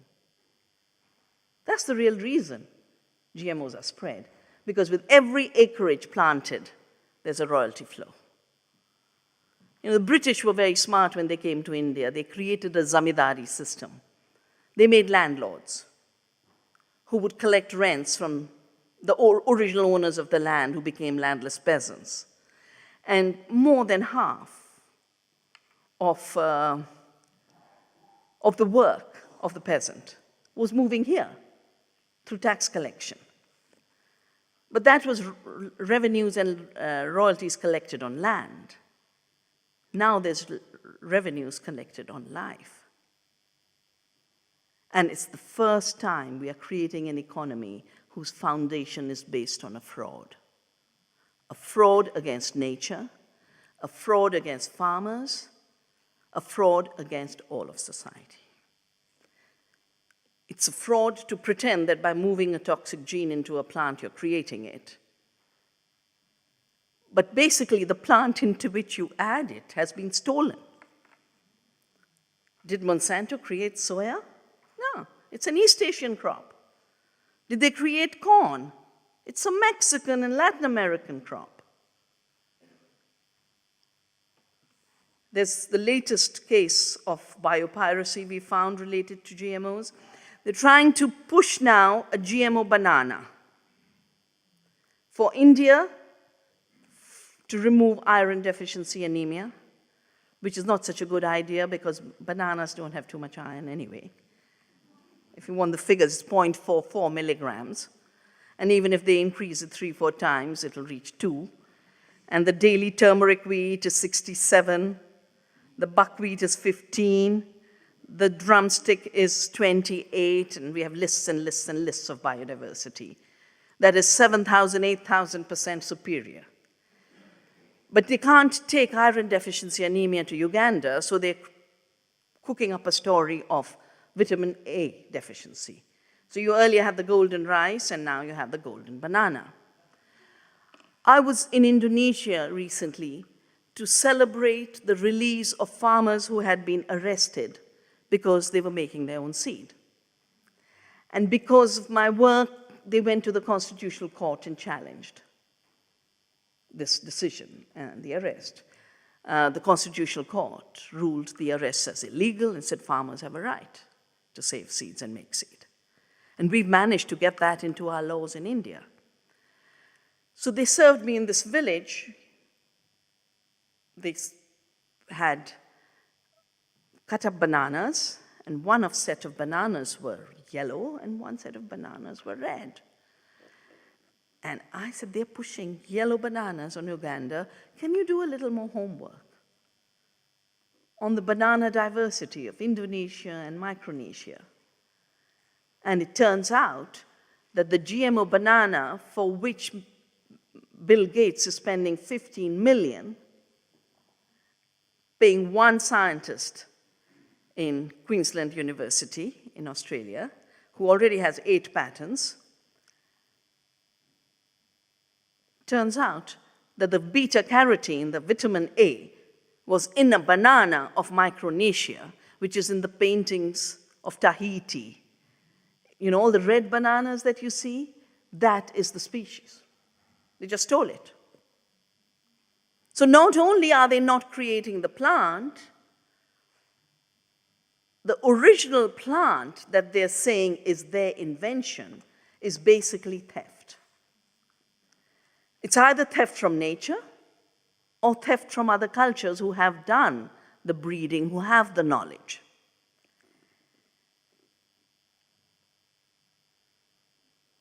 But a patent also means a monopoly. That's the only reason patents are taken. And royalty collections, as I mentioned, are the main objective.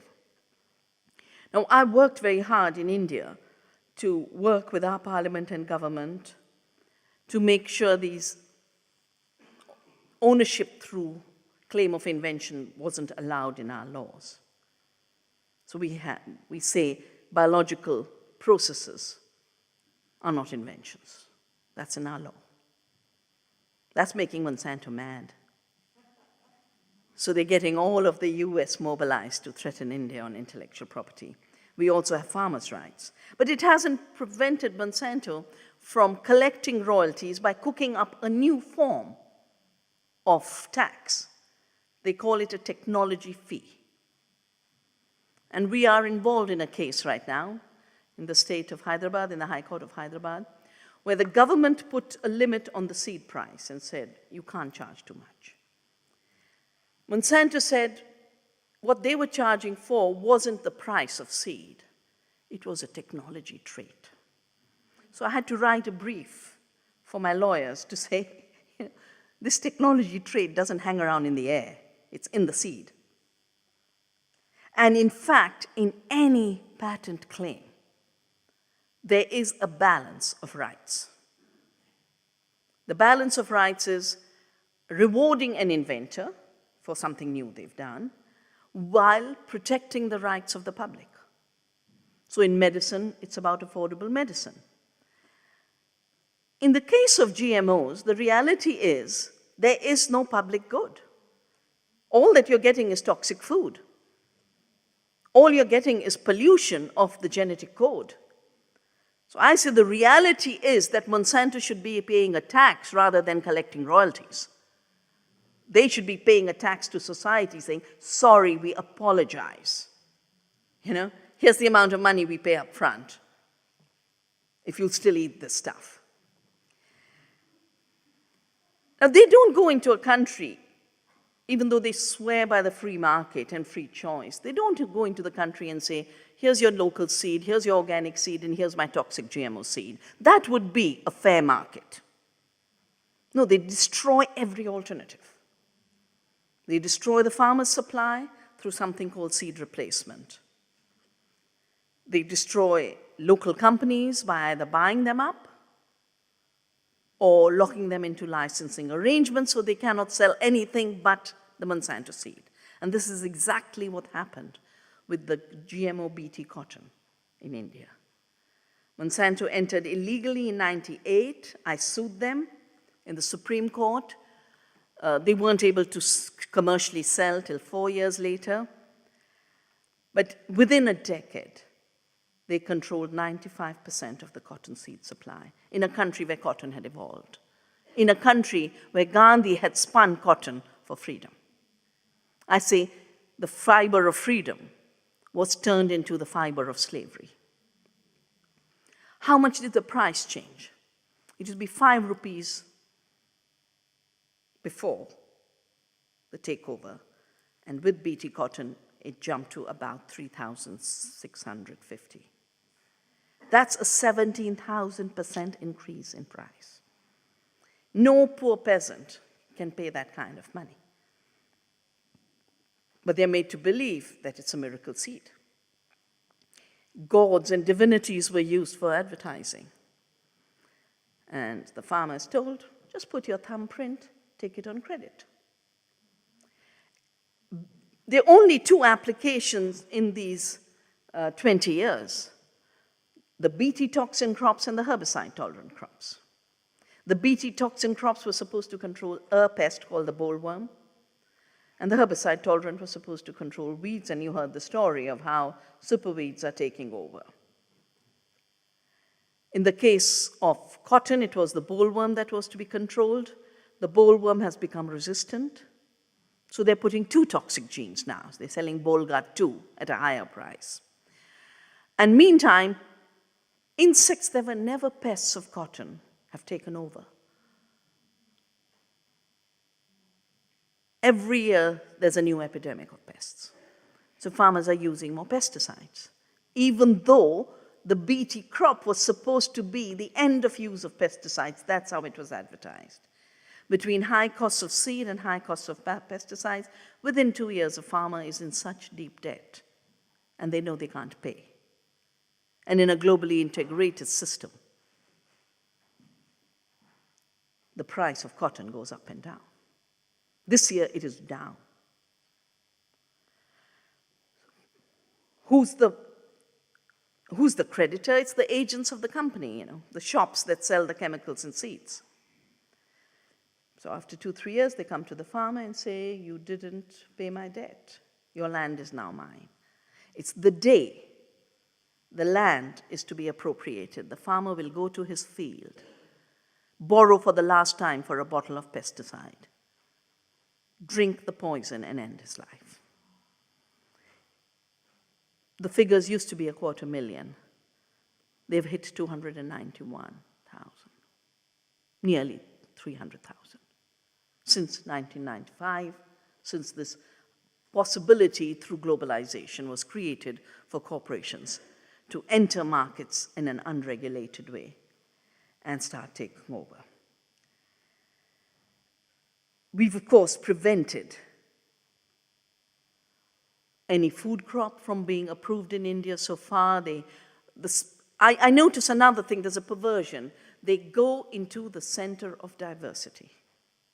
They want to go to Mexico with GM corn. They came to India with GM cotton. Then they wanted to come with GM Bt, brinjal, eggplant, because we are the home of diversity of eggplant, 4,500 varieties. Of course, we started immediately a campaign, just like we did this for the banana. We had a beautiful eggplant. We would do dinners where we'd cook 100 dishes of eggplant. And it is possible. It's possible to cook 100 dishes in India because every region has its own favorite dish. And our environment minister of that time decided he would hold public hearings. I think the first time a vegetable was the subject of public hearings nationwide. And wherever he went, people said, we don't want it. Wherever he went, the scientists, local scientists who hadn't been bought by Monsanto would say, but this isn't even a pest in eggplant. And I won't give you the dramatic story of how the announcement was made of the moratorium because the US technology advisor was going to fly in to block the moratorium. But forces of the universe worked to create a storm in Washington, and she couldn't fly, and we were able to push the moratorium through before they could interfere. So we have no GMO, but 2 environment ministers have been sacrificed for continuing to obey the law. GMOs can only exist by dismantling laws that exist. They can't, GMOs are inconsistent with democracy and law. They must be imposed, and they must be imposed by taking away the rights of people enshrined in all kinds of elements in our constitutions. There's another myth about GMOs, and it's repeated all the time. It's the most accurate technology because working at a genetic level, we are so precise. We've never been more imprecise with how we deal with our food systems. Because you shoot with a gene, and that's what they've done in the wheat trials. They've said there are only two ways to introduce a gene from an unrelated species: shoot with a gene gun with a gold particle, or infect with the plant cancer, called agrobacterium. They said agrobacterium wasn't efficient enough, so we used the gene gun. The gene gun doesn't know where it's shooting. It doesn't know whether the cell has absorbed it, so they add an antibiotic resistance marker. And the tendency of any organism is to reject something that doesn't belong to it, so they add a viral promoter. Virulent viruses. So every transgenic has absolute uncertainty of what's going on.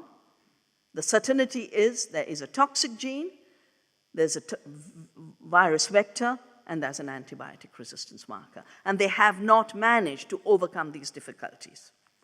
So it's not precise. But it brings in all these new ingredients which need to be tested. Third myth is it's proven safe.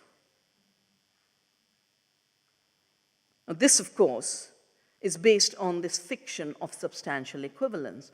Assume a genetically engineered plant or crop is the same as the non-genetically engineered plant.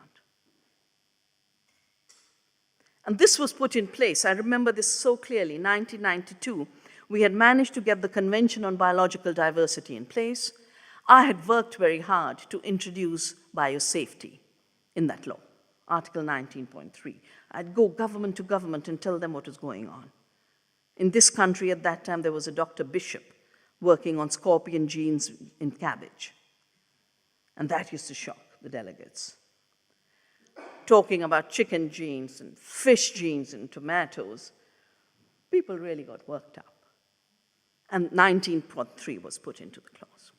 President Bush stomped out of the meeting in Rio, came back, and his vice president issued an order on substantial equivalence. And I always laugh because Dan Quayle was his vice president.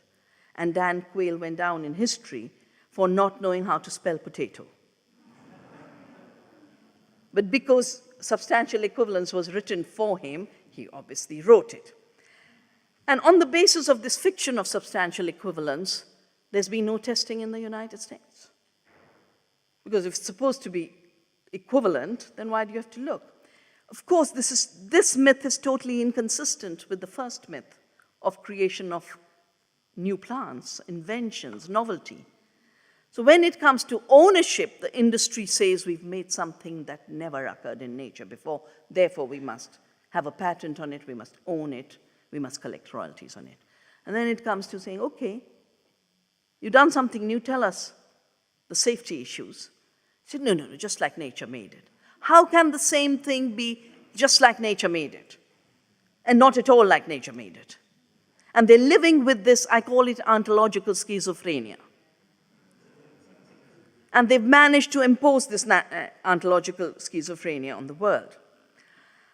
There was a lot of talk about how when Roundup is tested, Roundup is never tested. Glyphosate is tested. When Bt toxin is tested, Bt toxin is never tested.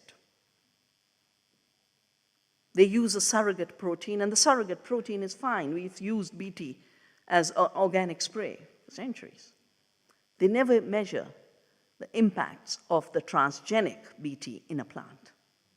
And the excuse is, because we've had these debates in India, excuses we can't produce enough quantities. Well, you're putting acres and acres under this stuff, and you can't produce enough quantities?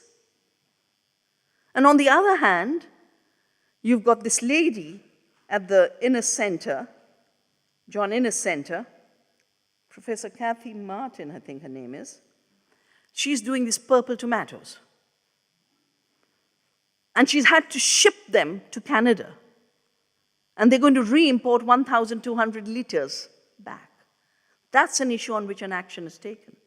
If it was illegal for her to grow those tomatoes here, it is illegal for her to import any product. No laws have been made on the import of genetically engineered tomato products.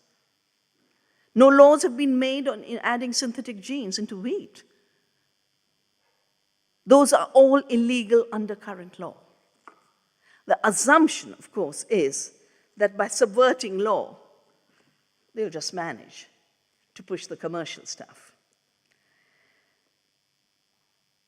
Repeatedly, another myth is stated that GMOs are cutting edge science, and anyone critiquing them is a Luddite, taking us backward.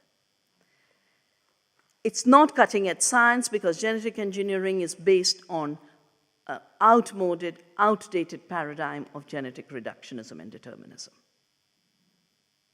And no one had done more work on this than our dear Brian Goodwin. I remember organizing with him, planning with him, right here in the grounds of Dartington, a conference we organized in '94.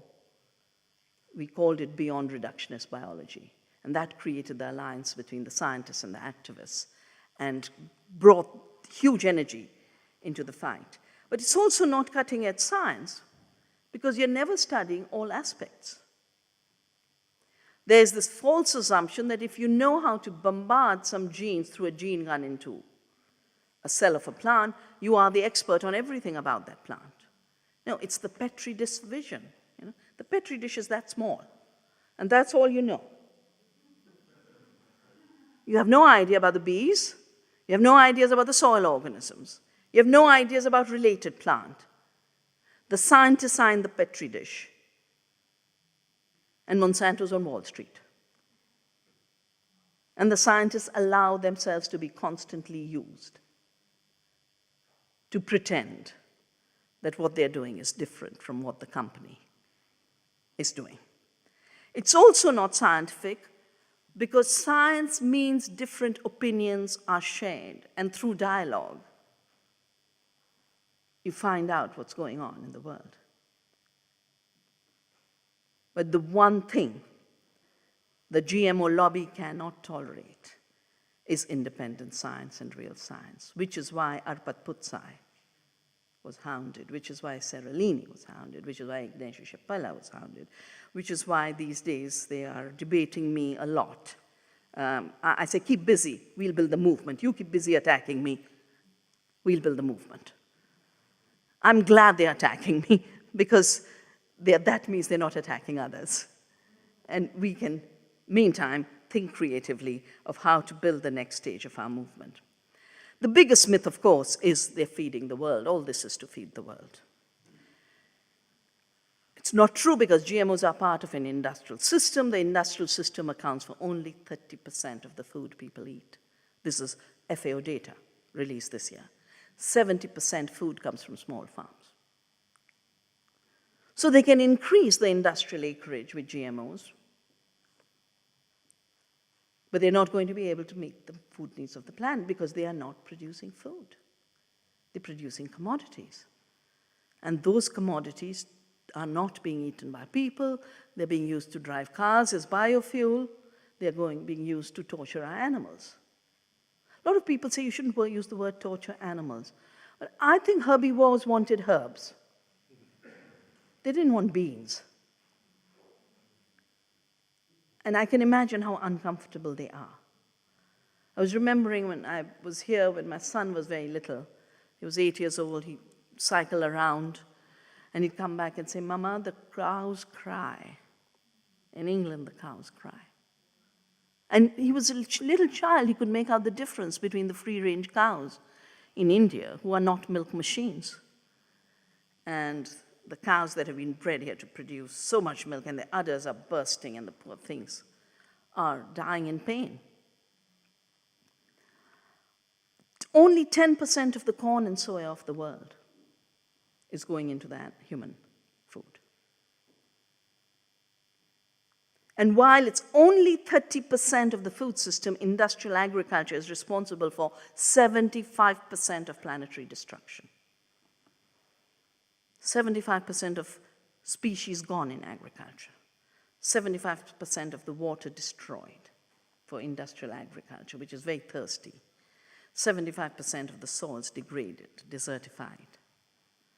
40% of greenhouse gases come from industrial farming. And when you were introducing the CSA, I was thinking of how Monsanto's next step is CSA. Not that they'll go door to door and collect vegetables, but they floated this new term called climate smart agriculture. And what is the recipe of climate smart agriculture? Spray Roundup. It's a big debate going on in the climate treaty and negotiations, big issue. But that's not all. Monsanto is so ready for climate change. This year, they bought up the world's biggest climate corporation. And what they're hoping is they'll sell the climate data and then they'll sell the seed. More recently, about 2 months ago, they bought up the world's biggest soil data corporation. And the idea is an absolute total control over the agricultural system on a global level, selling farmer every aspect, including information, turning this information, which should be a public good, into a commodity. And they're really hoping they'll put all this in place. I know they can't, both because nature has her own ways of expressing freedom. And I do believe that people are starting to get a bit fed up of this logic of control. People are not willing to sacrifice their freedom for the mythology of progress. A progress that they experience as harm to the bees and the colony collapse disorder, as harm to the health. Jeffrey Smith went on about those issues. And more research is being done about the one-to-one correlation between the rise in autism, Alzheimer's. And of course, the industry will say, and they say this all the time, this is just correlation, there's no causation. Now, the scientists writing about this are working on how glyphosates are changing our gut ecology. And you will hear more about this in Deepak's message. Glyphosate binds metals, and that means it's removing metals from our system. That means vital elements that should be working to provide functions for our brains are not working. And so when now even people like Deepak use the word, it is killing us, it is no more a metaphor. It is an accurate description of the process. And if, as a species, in relationship with other species, we want a future, we have to pour all our energies in ensuring that GMOs don't enter our food and farming systems. Of course, having pushed BT and Roundup Ready on grounds this would reduce chemicals, but all the evidence is there how chemical use has increased. In India, I know it's increased in the BT cotton areas. There's more chemical use than before. In the Roundup Ready areas, there is definitely more use of Roundup. That's the reality, but they're hiding behind two new stories. And you need to spread the word that these are Trojan horses. The first Trojan horse is we're going to make nutritious crops through genetic engineering. We'll bring you golden rice and purple tomatoes. We'll bring you yellow bananas and fish oil seeds.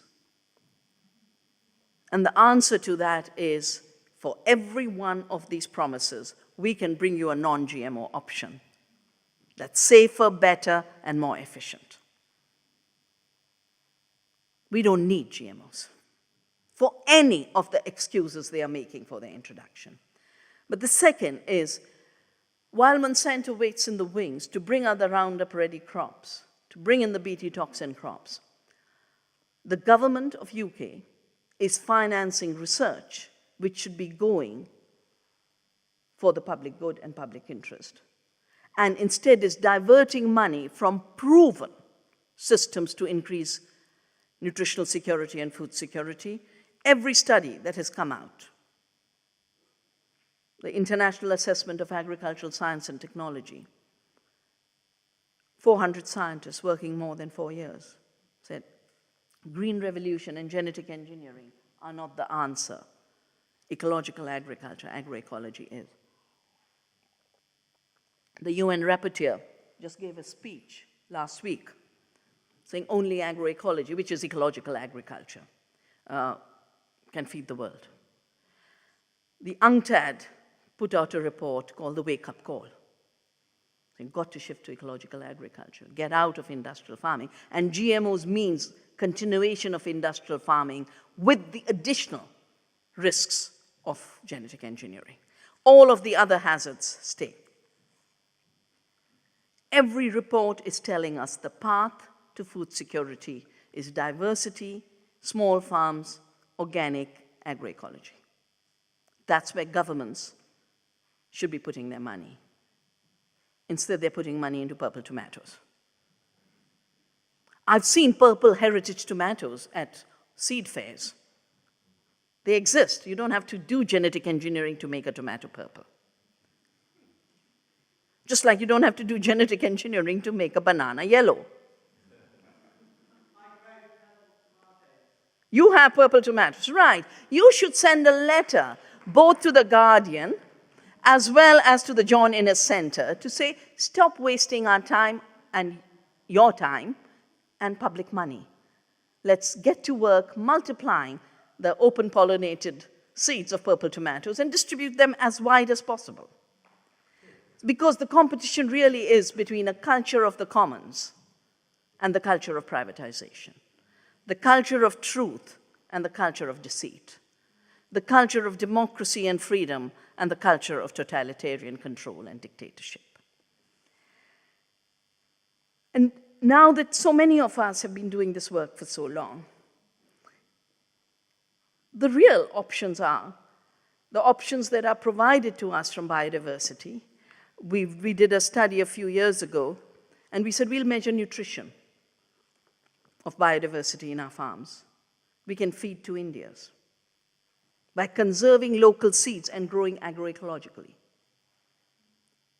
It's not a risk for food security. It's the only way to food security.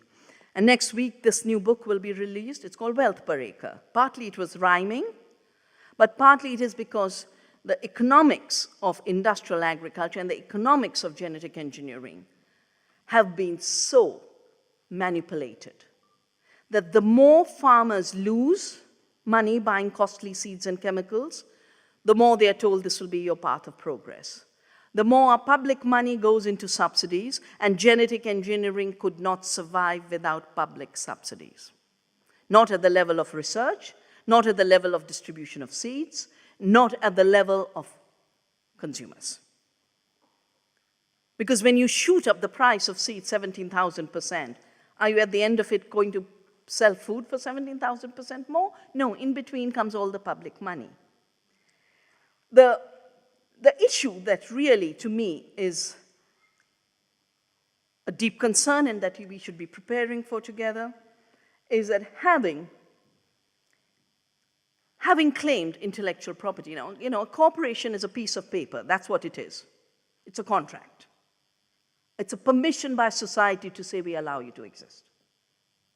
And that piece of paper has now been turned into a person. And the first aspect of this person, the first fiction this fictitious person creates is, I have a mind and I create intellectual property. No, a piece of paper doesn't have a mind. It doesn't create intellectual property. They've taken this to the limit. The United States did not have anti-GM movements when GM was being pushed.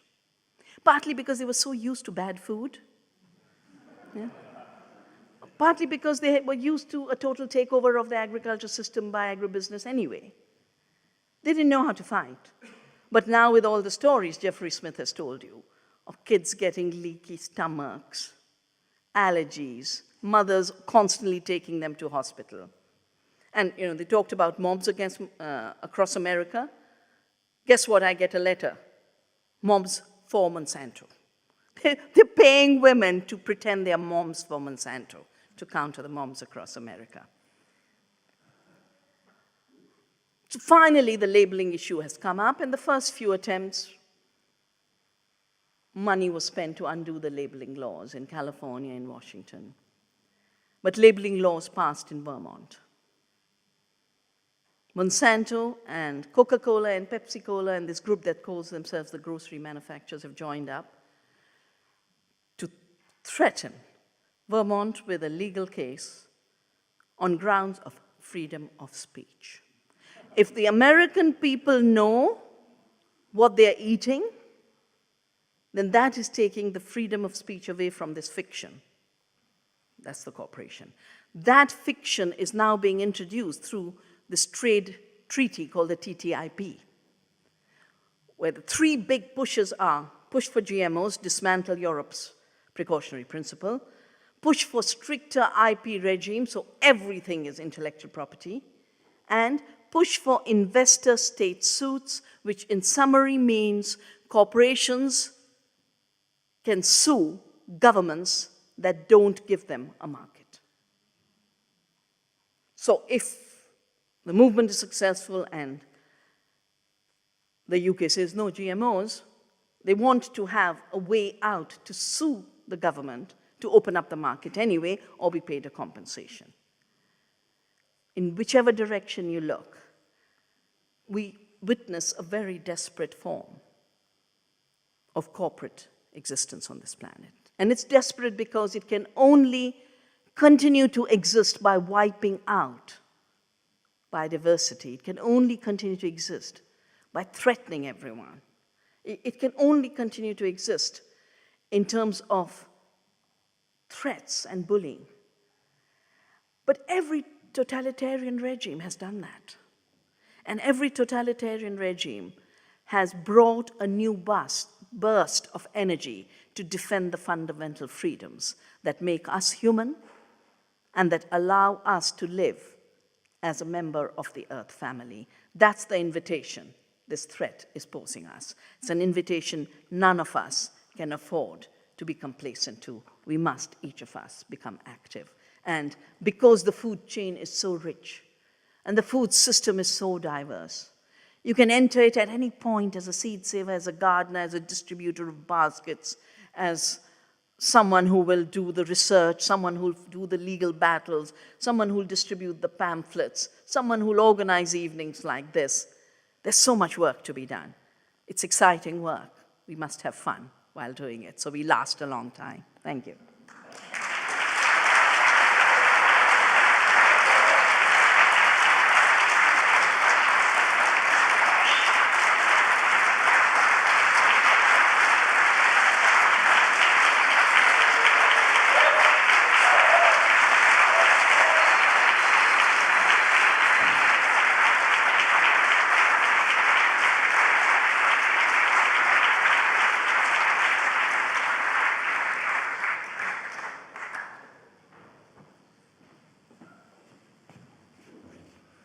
Thanks, everybody. Thank you so much, Vandana. I really appreciate everything.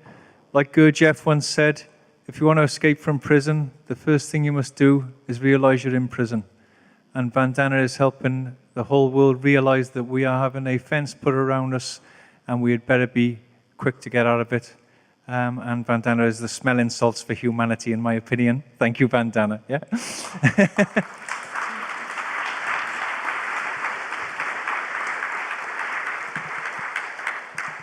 I know it's very late, and I won't go on any longer. You've heard enough from me. I do highly advise everyone to just listen to what Deepak's going to say to us. It's a historical piece of a few minutes of video from him. When Deepak Chopra comes out and starts speaking about this and warning humanity that its end could be nigh if we let this happen, then you better listen, because he doesn't normally say things that strongly. So I'm going to put that on now. Meanwhile, there's a gentleman here who's brought these seeds here. His name's Steve. Come up here, Steve. come just say a few words while I'm doing the video. Steve's a seed saver, and he's just going to say a couple of words while I'm doing the video. Come on, Peter. Yeah, I'm not going to be very long. I'll be very quick. Thanks again to Vandana. You're a real amazing inspiration to me in my whole life. You put all my work into context, which is really wonderful. So, yeah, real honor to be here with you. Saving seeds is easy. These seeds are free by donations. You can give me what you like for them. You can come and have a look through them. It's really just to kind of put a positive spin on the end of it, that this is something that I feel that everyone can do.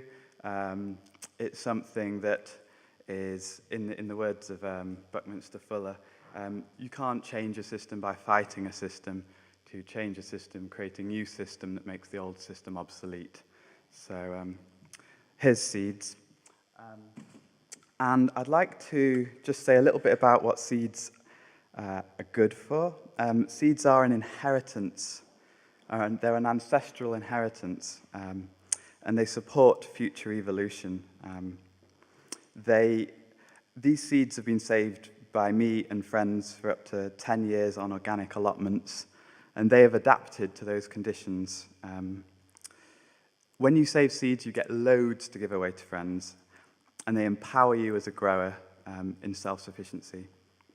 And then one last point, there is this weekend, very close to here, at a community called Embercombe. I'm going there on Saturday. There's a whole weekend all dedicated to learning the art of seed saving. So if any of you want to find out more about this weekend, come and talk to me at the end. And I'll just finish on reading a poem that I wrote about seeds. Seeds sowing, growing, scattering themselves in endless variety of ways to express themselves more fully, from light to dark to light again, then back to earth, rebirth, blessed and destined to carry the unshakable reality, one seed, infinite possibility. Millions past grown to create this one here sown, carrying the future of billions yet to come. Everything influences everything. O seed, you belong here and now, earth in your mother and master your ground. Know that nothing real ever dies. You're one with your maker and fill space with your creation. Thank you. Thank you, Steve.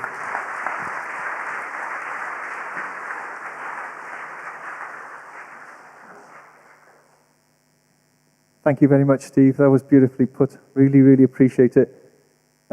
Just get this queued up. We'll hit the lights. Okay with the lights? Thank you very much. Thank you, Steve. Okay, Deepak. Enlighten us. Hi, I'm Dr. Deepak Chopra, and I'm sending this very special message to the whole world, but particularly to Vandana Shiva and to Satish Kumar at the Dartington GMO conference. First of all, let me start out by saying that I have been a student of Satish Kumar, who's pioneered the peace movement and the environmental movement in the world. And I'm in total awe of Vandana Shiva and have great reverence for her work to restore sanity in the world and restore balance in nature. Today, I'm asking everyone in the world to be really concerned about what's happening to our planet and what we can do about it. This is a call to action. So just to summarize everything that's happening in the world today, we are definitely facing an impending crisis of apocalyptic dimensions with climate change, with the glaciers melting, with what's happened in Uttarakhand and Kashmir, with the typhoons in Southeast Asia, not to mention what's happened in the last few years in the marshlands in the United States, we are facing possible extinction of all life and our life on this planet. We are facing rising sea levels. We are facing hundreds of millions of climate refugees, new diseases and epidemics as a consequence, and then, of course, violence as a consequence as resources become depleted and we have to literally fight just to live. This is just climate change. But of course, climate change is connected to eco-destruction as well. And now with GMO foods becoming the predominant supply of food, we are interfering with hundreds of millions of years of biological evolution on our planet. Our physical bodies are literally stardust with self-awareness, and we were manufactured in the crucible of stars billions of years ago, but then all of that came together in the evolution of life on our planet, where every life form is in a way connected with every other life form. The human body has about, according to some people, almost 600 trillion cells, of which only 10% are actually human cells. 90% of the information, the genetic information in our body is microbial, the so-called microbiome, which is in our skin, in our GI tract, in every cavity in our body, and the genetic information of this microbiome crosstalks with the human genome to produce balance in our body. Your body, my body, which I said was manufactured in the crucible of stars, is an entire ecosystem of all of life that has ever existed on our planet, from the first primitive life forms to actually human DNA or human genome, the genetic code.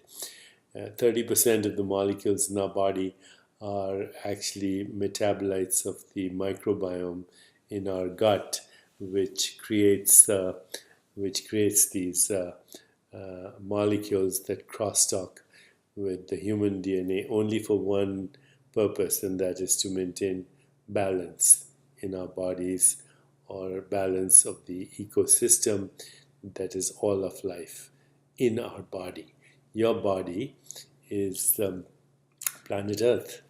And now, if you interfere with that ecosystem, which is very delicate, then, of course, by adding GMO foods or genetically modified organisms, we're actually causing inflammation in this ecosystem, which then directly or indirectly affects the outcome of our physical, biological well-being.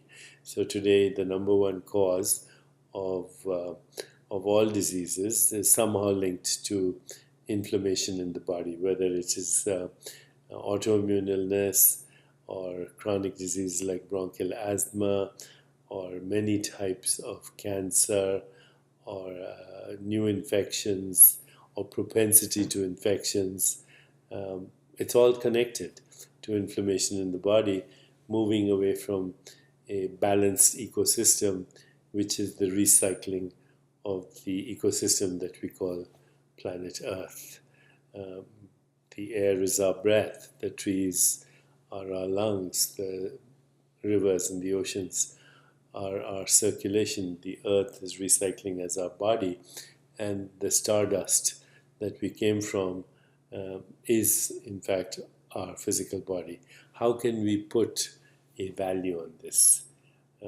We can't put any value in terms of dollars or pounds or euros on life. And today, disrupting that ecosystem is linked to also climate change, which is linked, as I said, to the melting of glaciers and rising of oceans, And some people have even proposed that the earthquakes in California, which are a shift of tectonic plates in the depths of the earth, are a result of the changing weather patterns causing drying of the soil. And now with the advent of manufactured food, processed food, refined food, food that has insecticides and pesticides, which are inflammatory products, they're actually petroleum derived, and GMO, we have basically poisoned our body. We have poisoned our physical body, we have poisoned our cosmic body, we have poisoned life.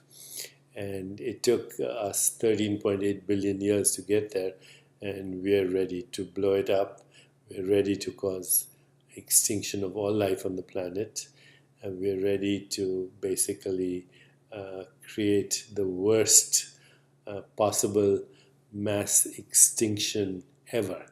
The last mass extinction presumably was 65 billion years ago, a result of a meteorite that destroyed the life of, as you know, dinosaurs, and we evolved out of that. And now, because of human action, we are risking our extinction of more or less all species, and we might have to start all over again, and there won't be much left for our grandchildren and our great-grandchildren. And perhaps this mass extinction, which will include most of humanity, will lead to a new species. And who knows, what nature is planning for us at this moment. But one of the things nature's intelligence may be reflecting on is that the human species was an interesting experiment that did not work. So, which brings me to Vandana Shiva's crusade against GMO foods, because multinational corporations and special interest business entities are basically claiming ownership of all of life. And life belongs to all of you, life belongs to all of us, our children and our grandchildren and their children, if the human species survives. So this is a call to action for the world to wake up and say, our house is burning, spaceship Earth going around the sun is in peril, and we are all passengers. All living forms are passengers and the ship. If we create artificial life now by interfering with the ecosystem with genetically modified organisms, that will affect everything from flora to fauna to our plants to our trees. What are we doing? And where are we going? Is it too late? Perhaps it is already too late. That's why it's very important for us to support Vandana Shiva in her crusade to bring sanity to our planet, to restore the ecosystem and life on our planet, to give us a chance to evolve, to give the human species a chance to survive, but also bring back the species that are disappearing. Today we have the means, we have the technologies which are basically getting in alignment with nature, and we have the love, I think, and we have the will. So what's preventing us? Are we going to allow a few special interest groups and businesses to create extinction of life on this planet? If we are, then we deserve to go extinct. And the only thing that can save us at this moment is a mass shift in collective consciousness. So whilst the old model is gradually becoming obsolete, a new idea is also coming forth, and that is we're all inseparably interconnected and interdependently co-arise as part of cosmic intelligence. our ultimate sources, even beyond the stars, in a non-local field of infinite possibilities. And because of our very narrow vision and short-term goals and business interests and our greed and our separate fragmented mind, we are ready to blow it up. I'm asking everyone who's watching this to support Vandana Shiva, Satish Kumar, and in general, create a critical mass for sanity in the world so that we can save our life and save our planet. Please respond to this video by posting comments and actually having a voice and not allowing yourself to be hijacked just by a few people who want to make a lot of money. Thank you for listening, and Vandana and Satish, God bless you in what you're doing. You have a sacred job, and in your presence and in your vision, I feel great humility and reverence, and I feel great gratitude for what you're doing. But let's now put love into action, because it has been said before, and I will repeat it, that love without action is meaningless, and action without love is irrelevant. Let's put love in action, and let's create a critical mass for a more peaceful, just, sustainable, healthier, and happier planet. Thank you.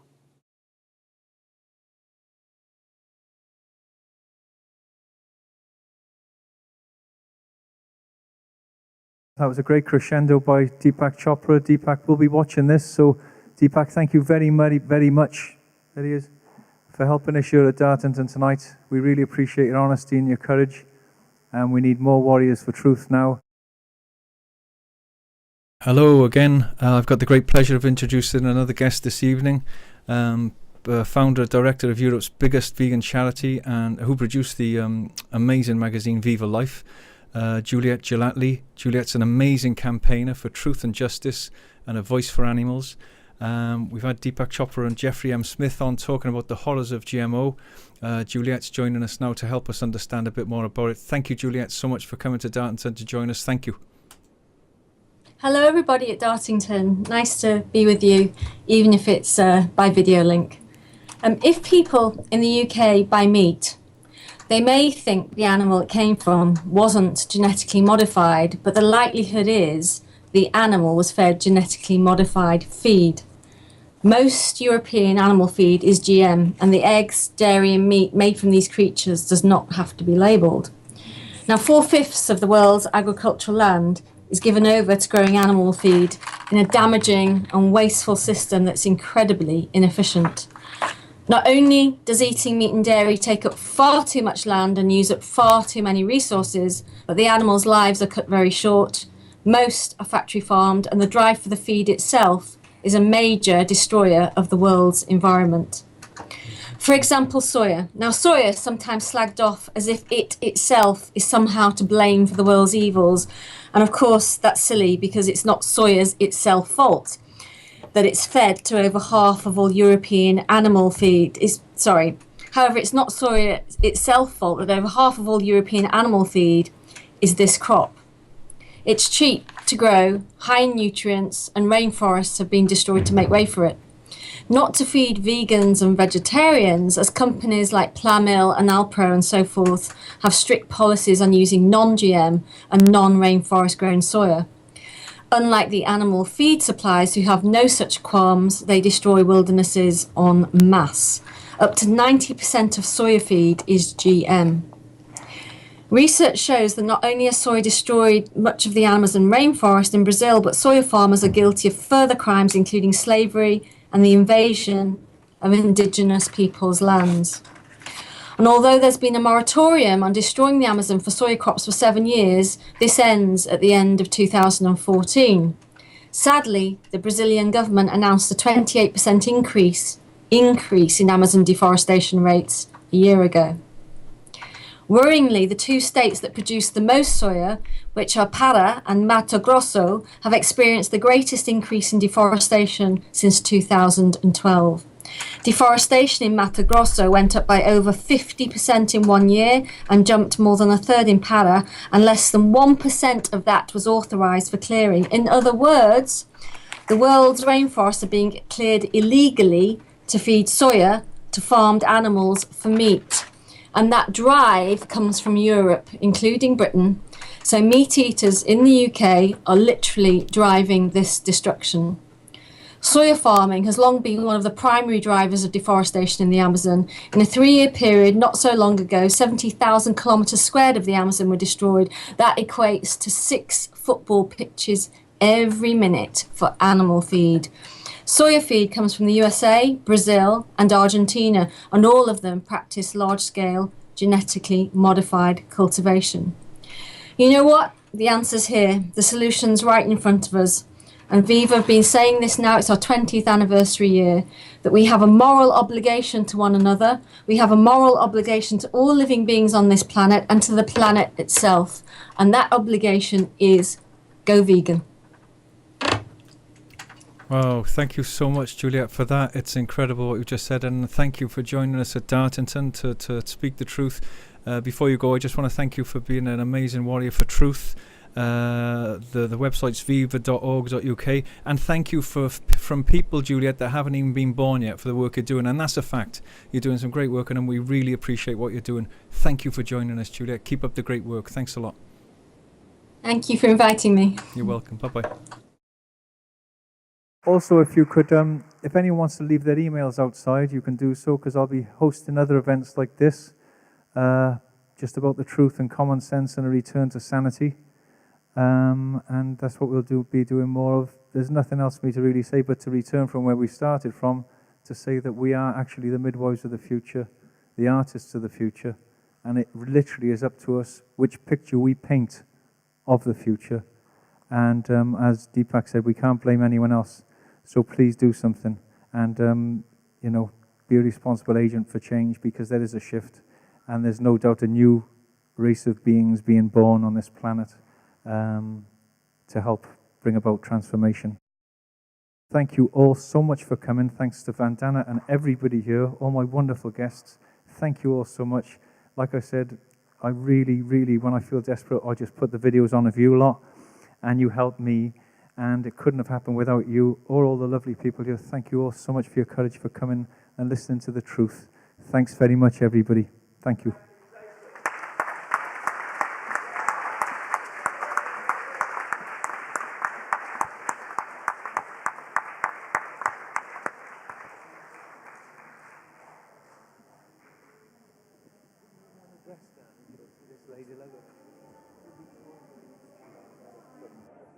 Okay, what we're trying to do is just get a connection.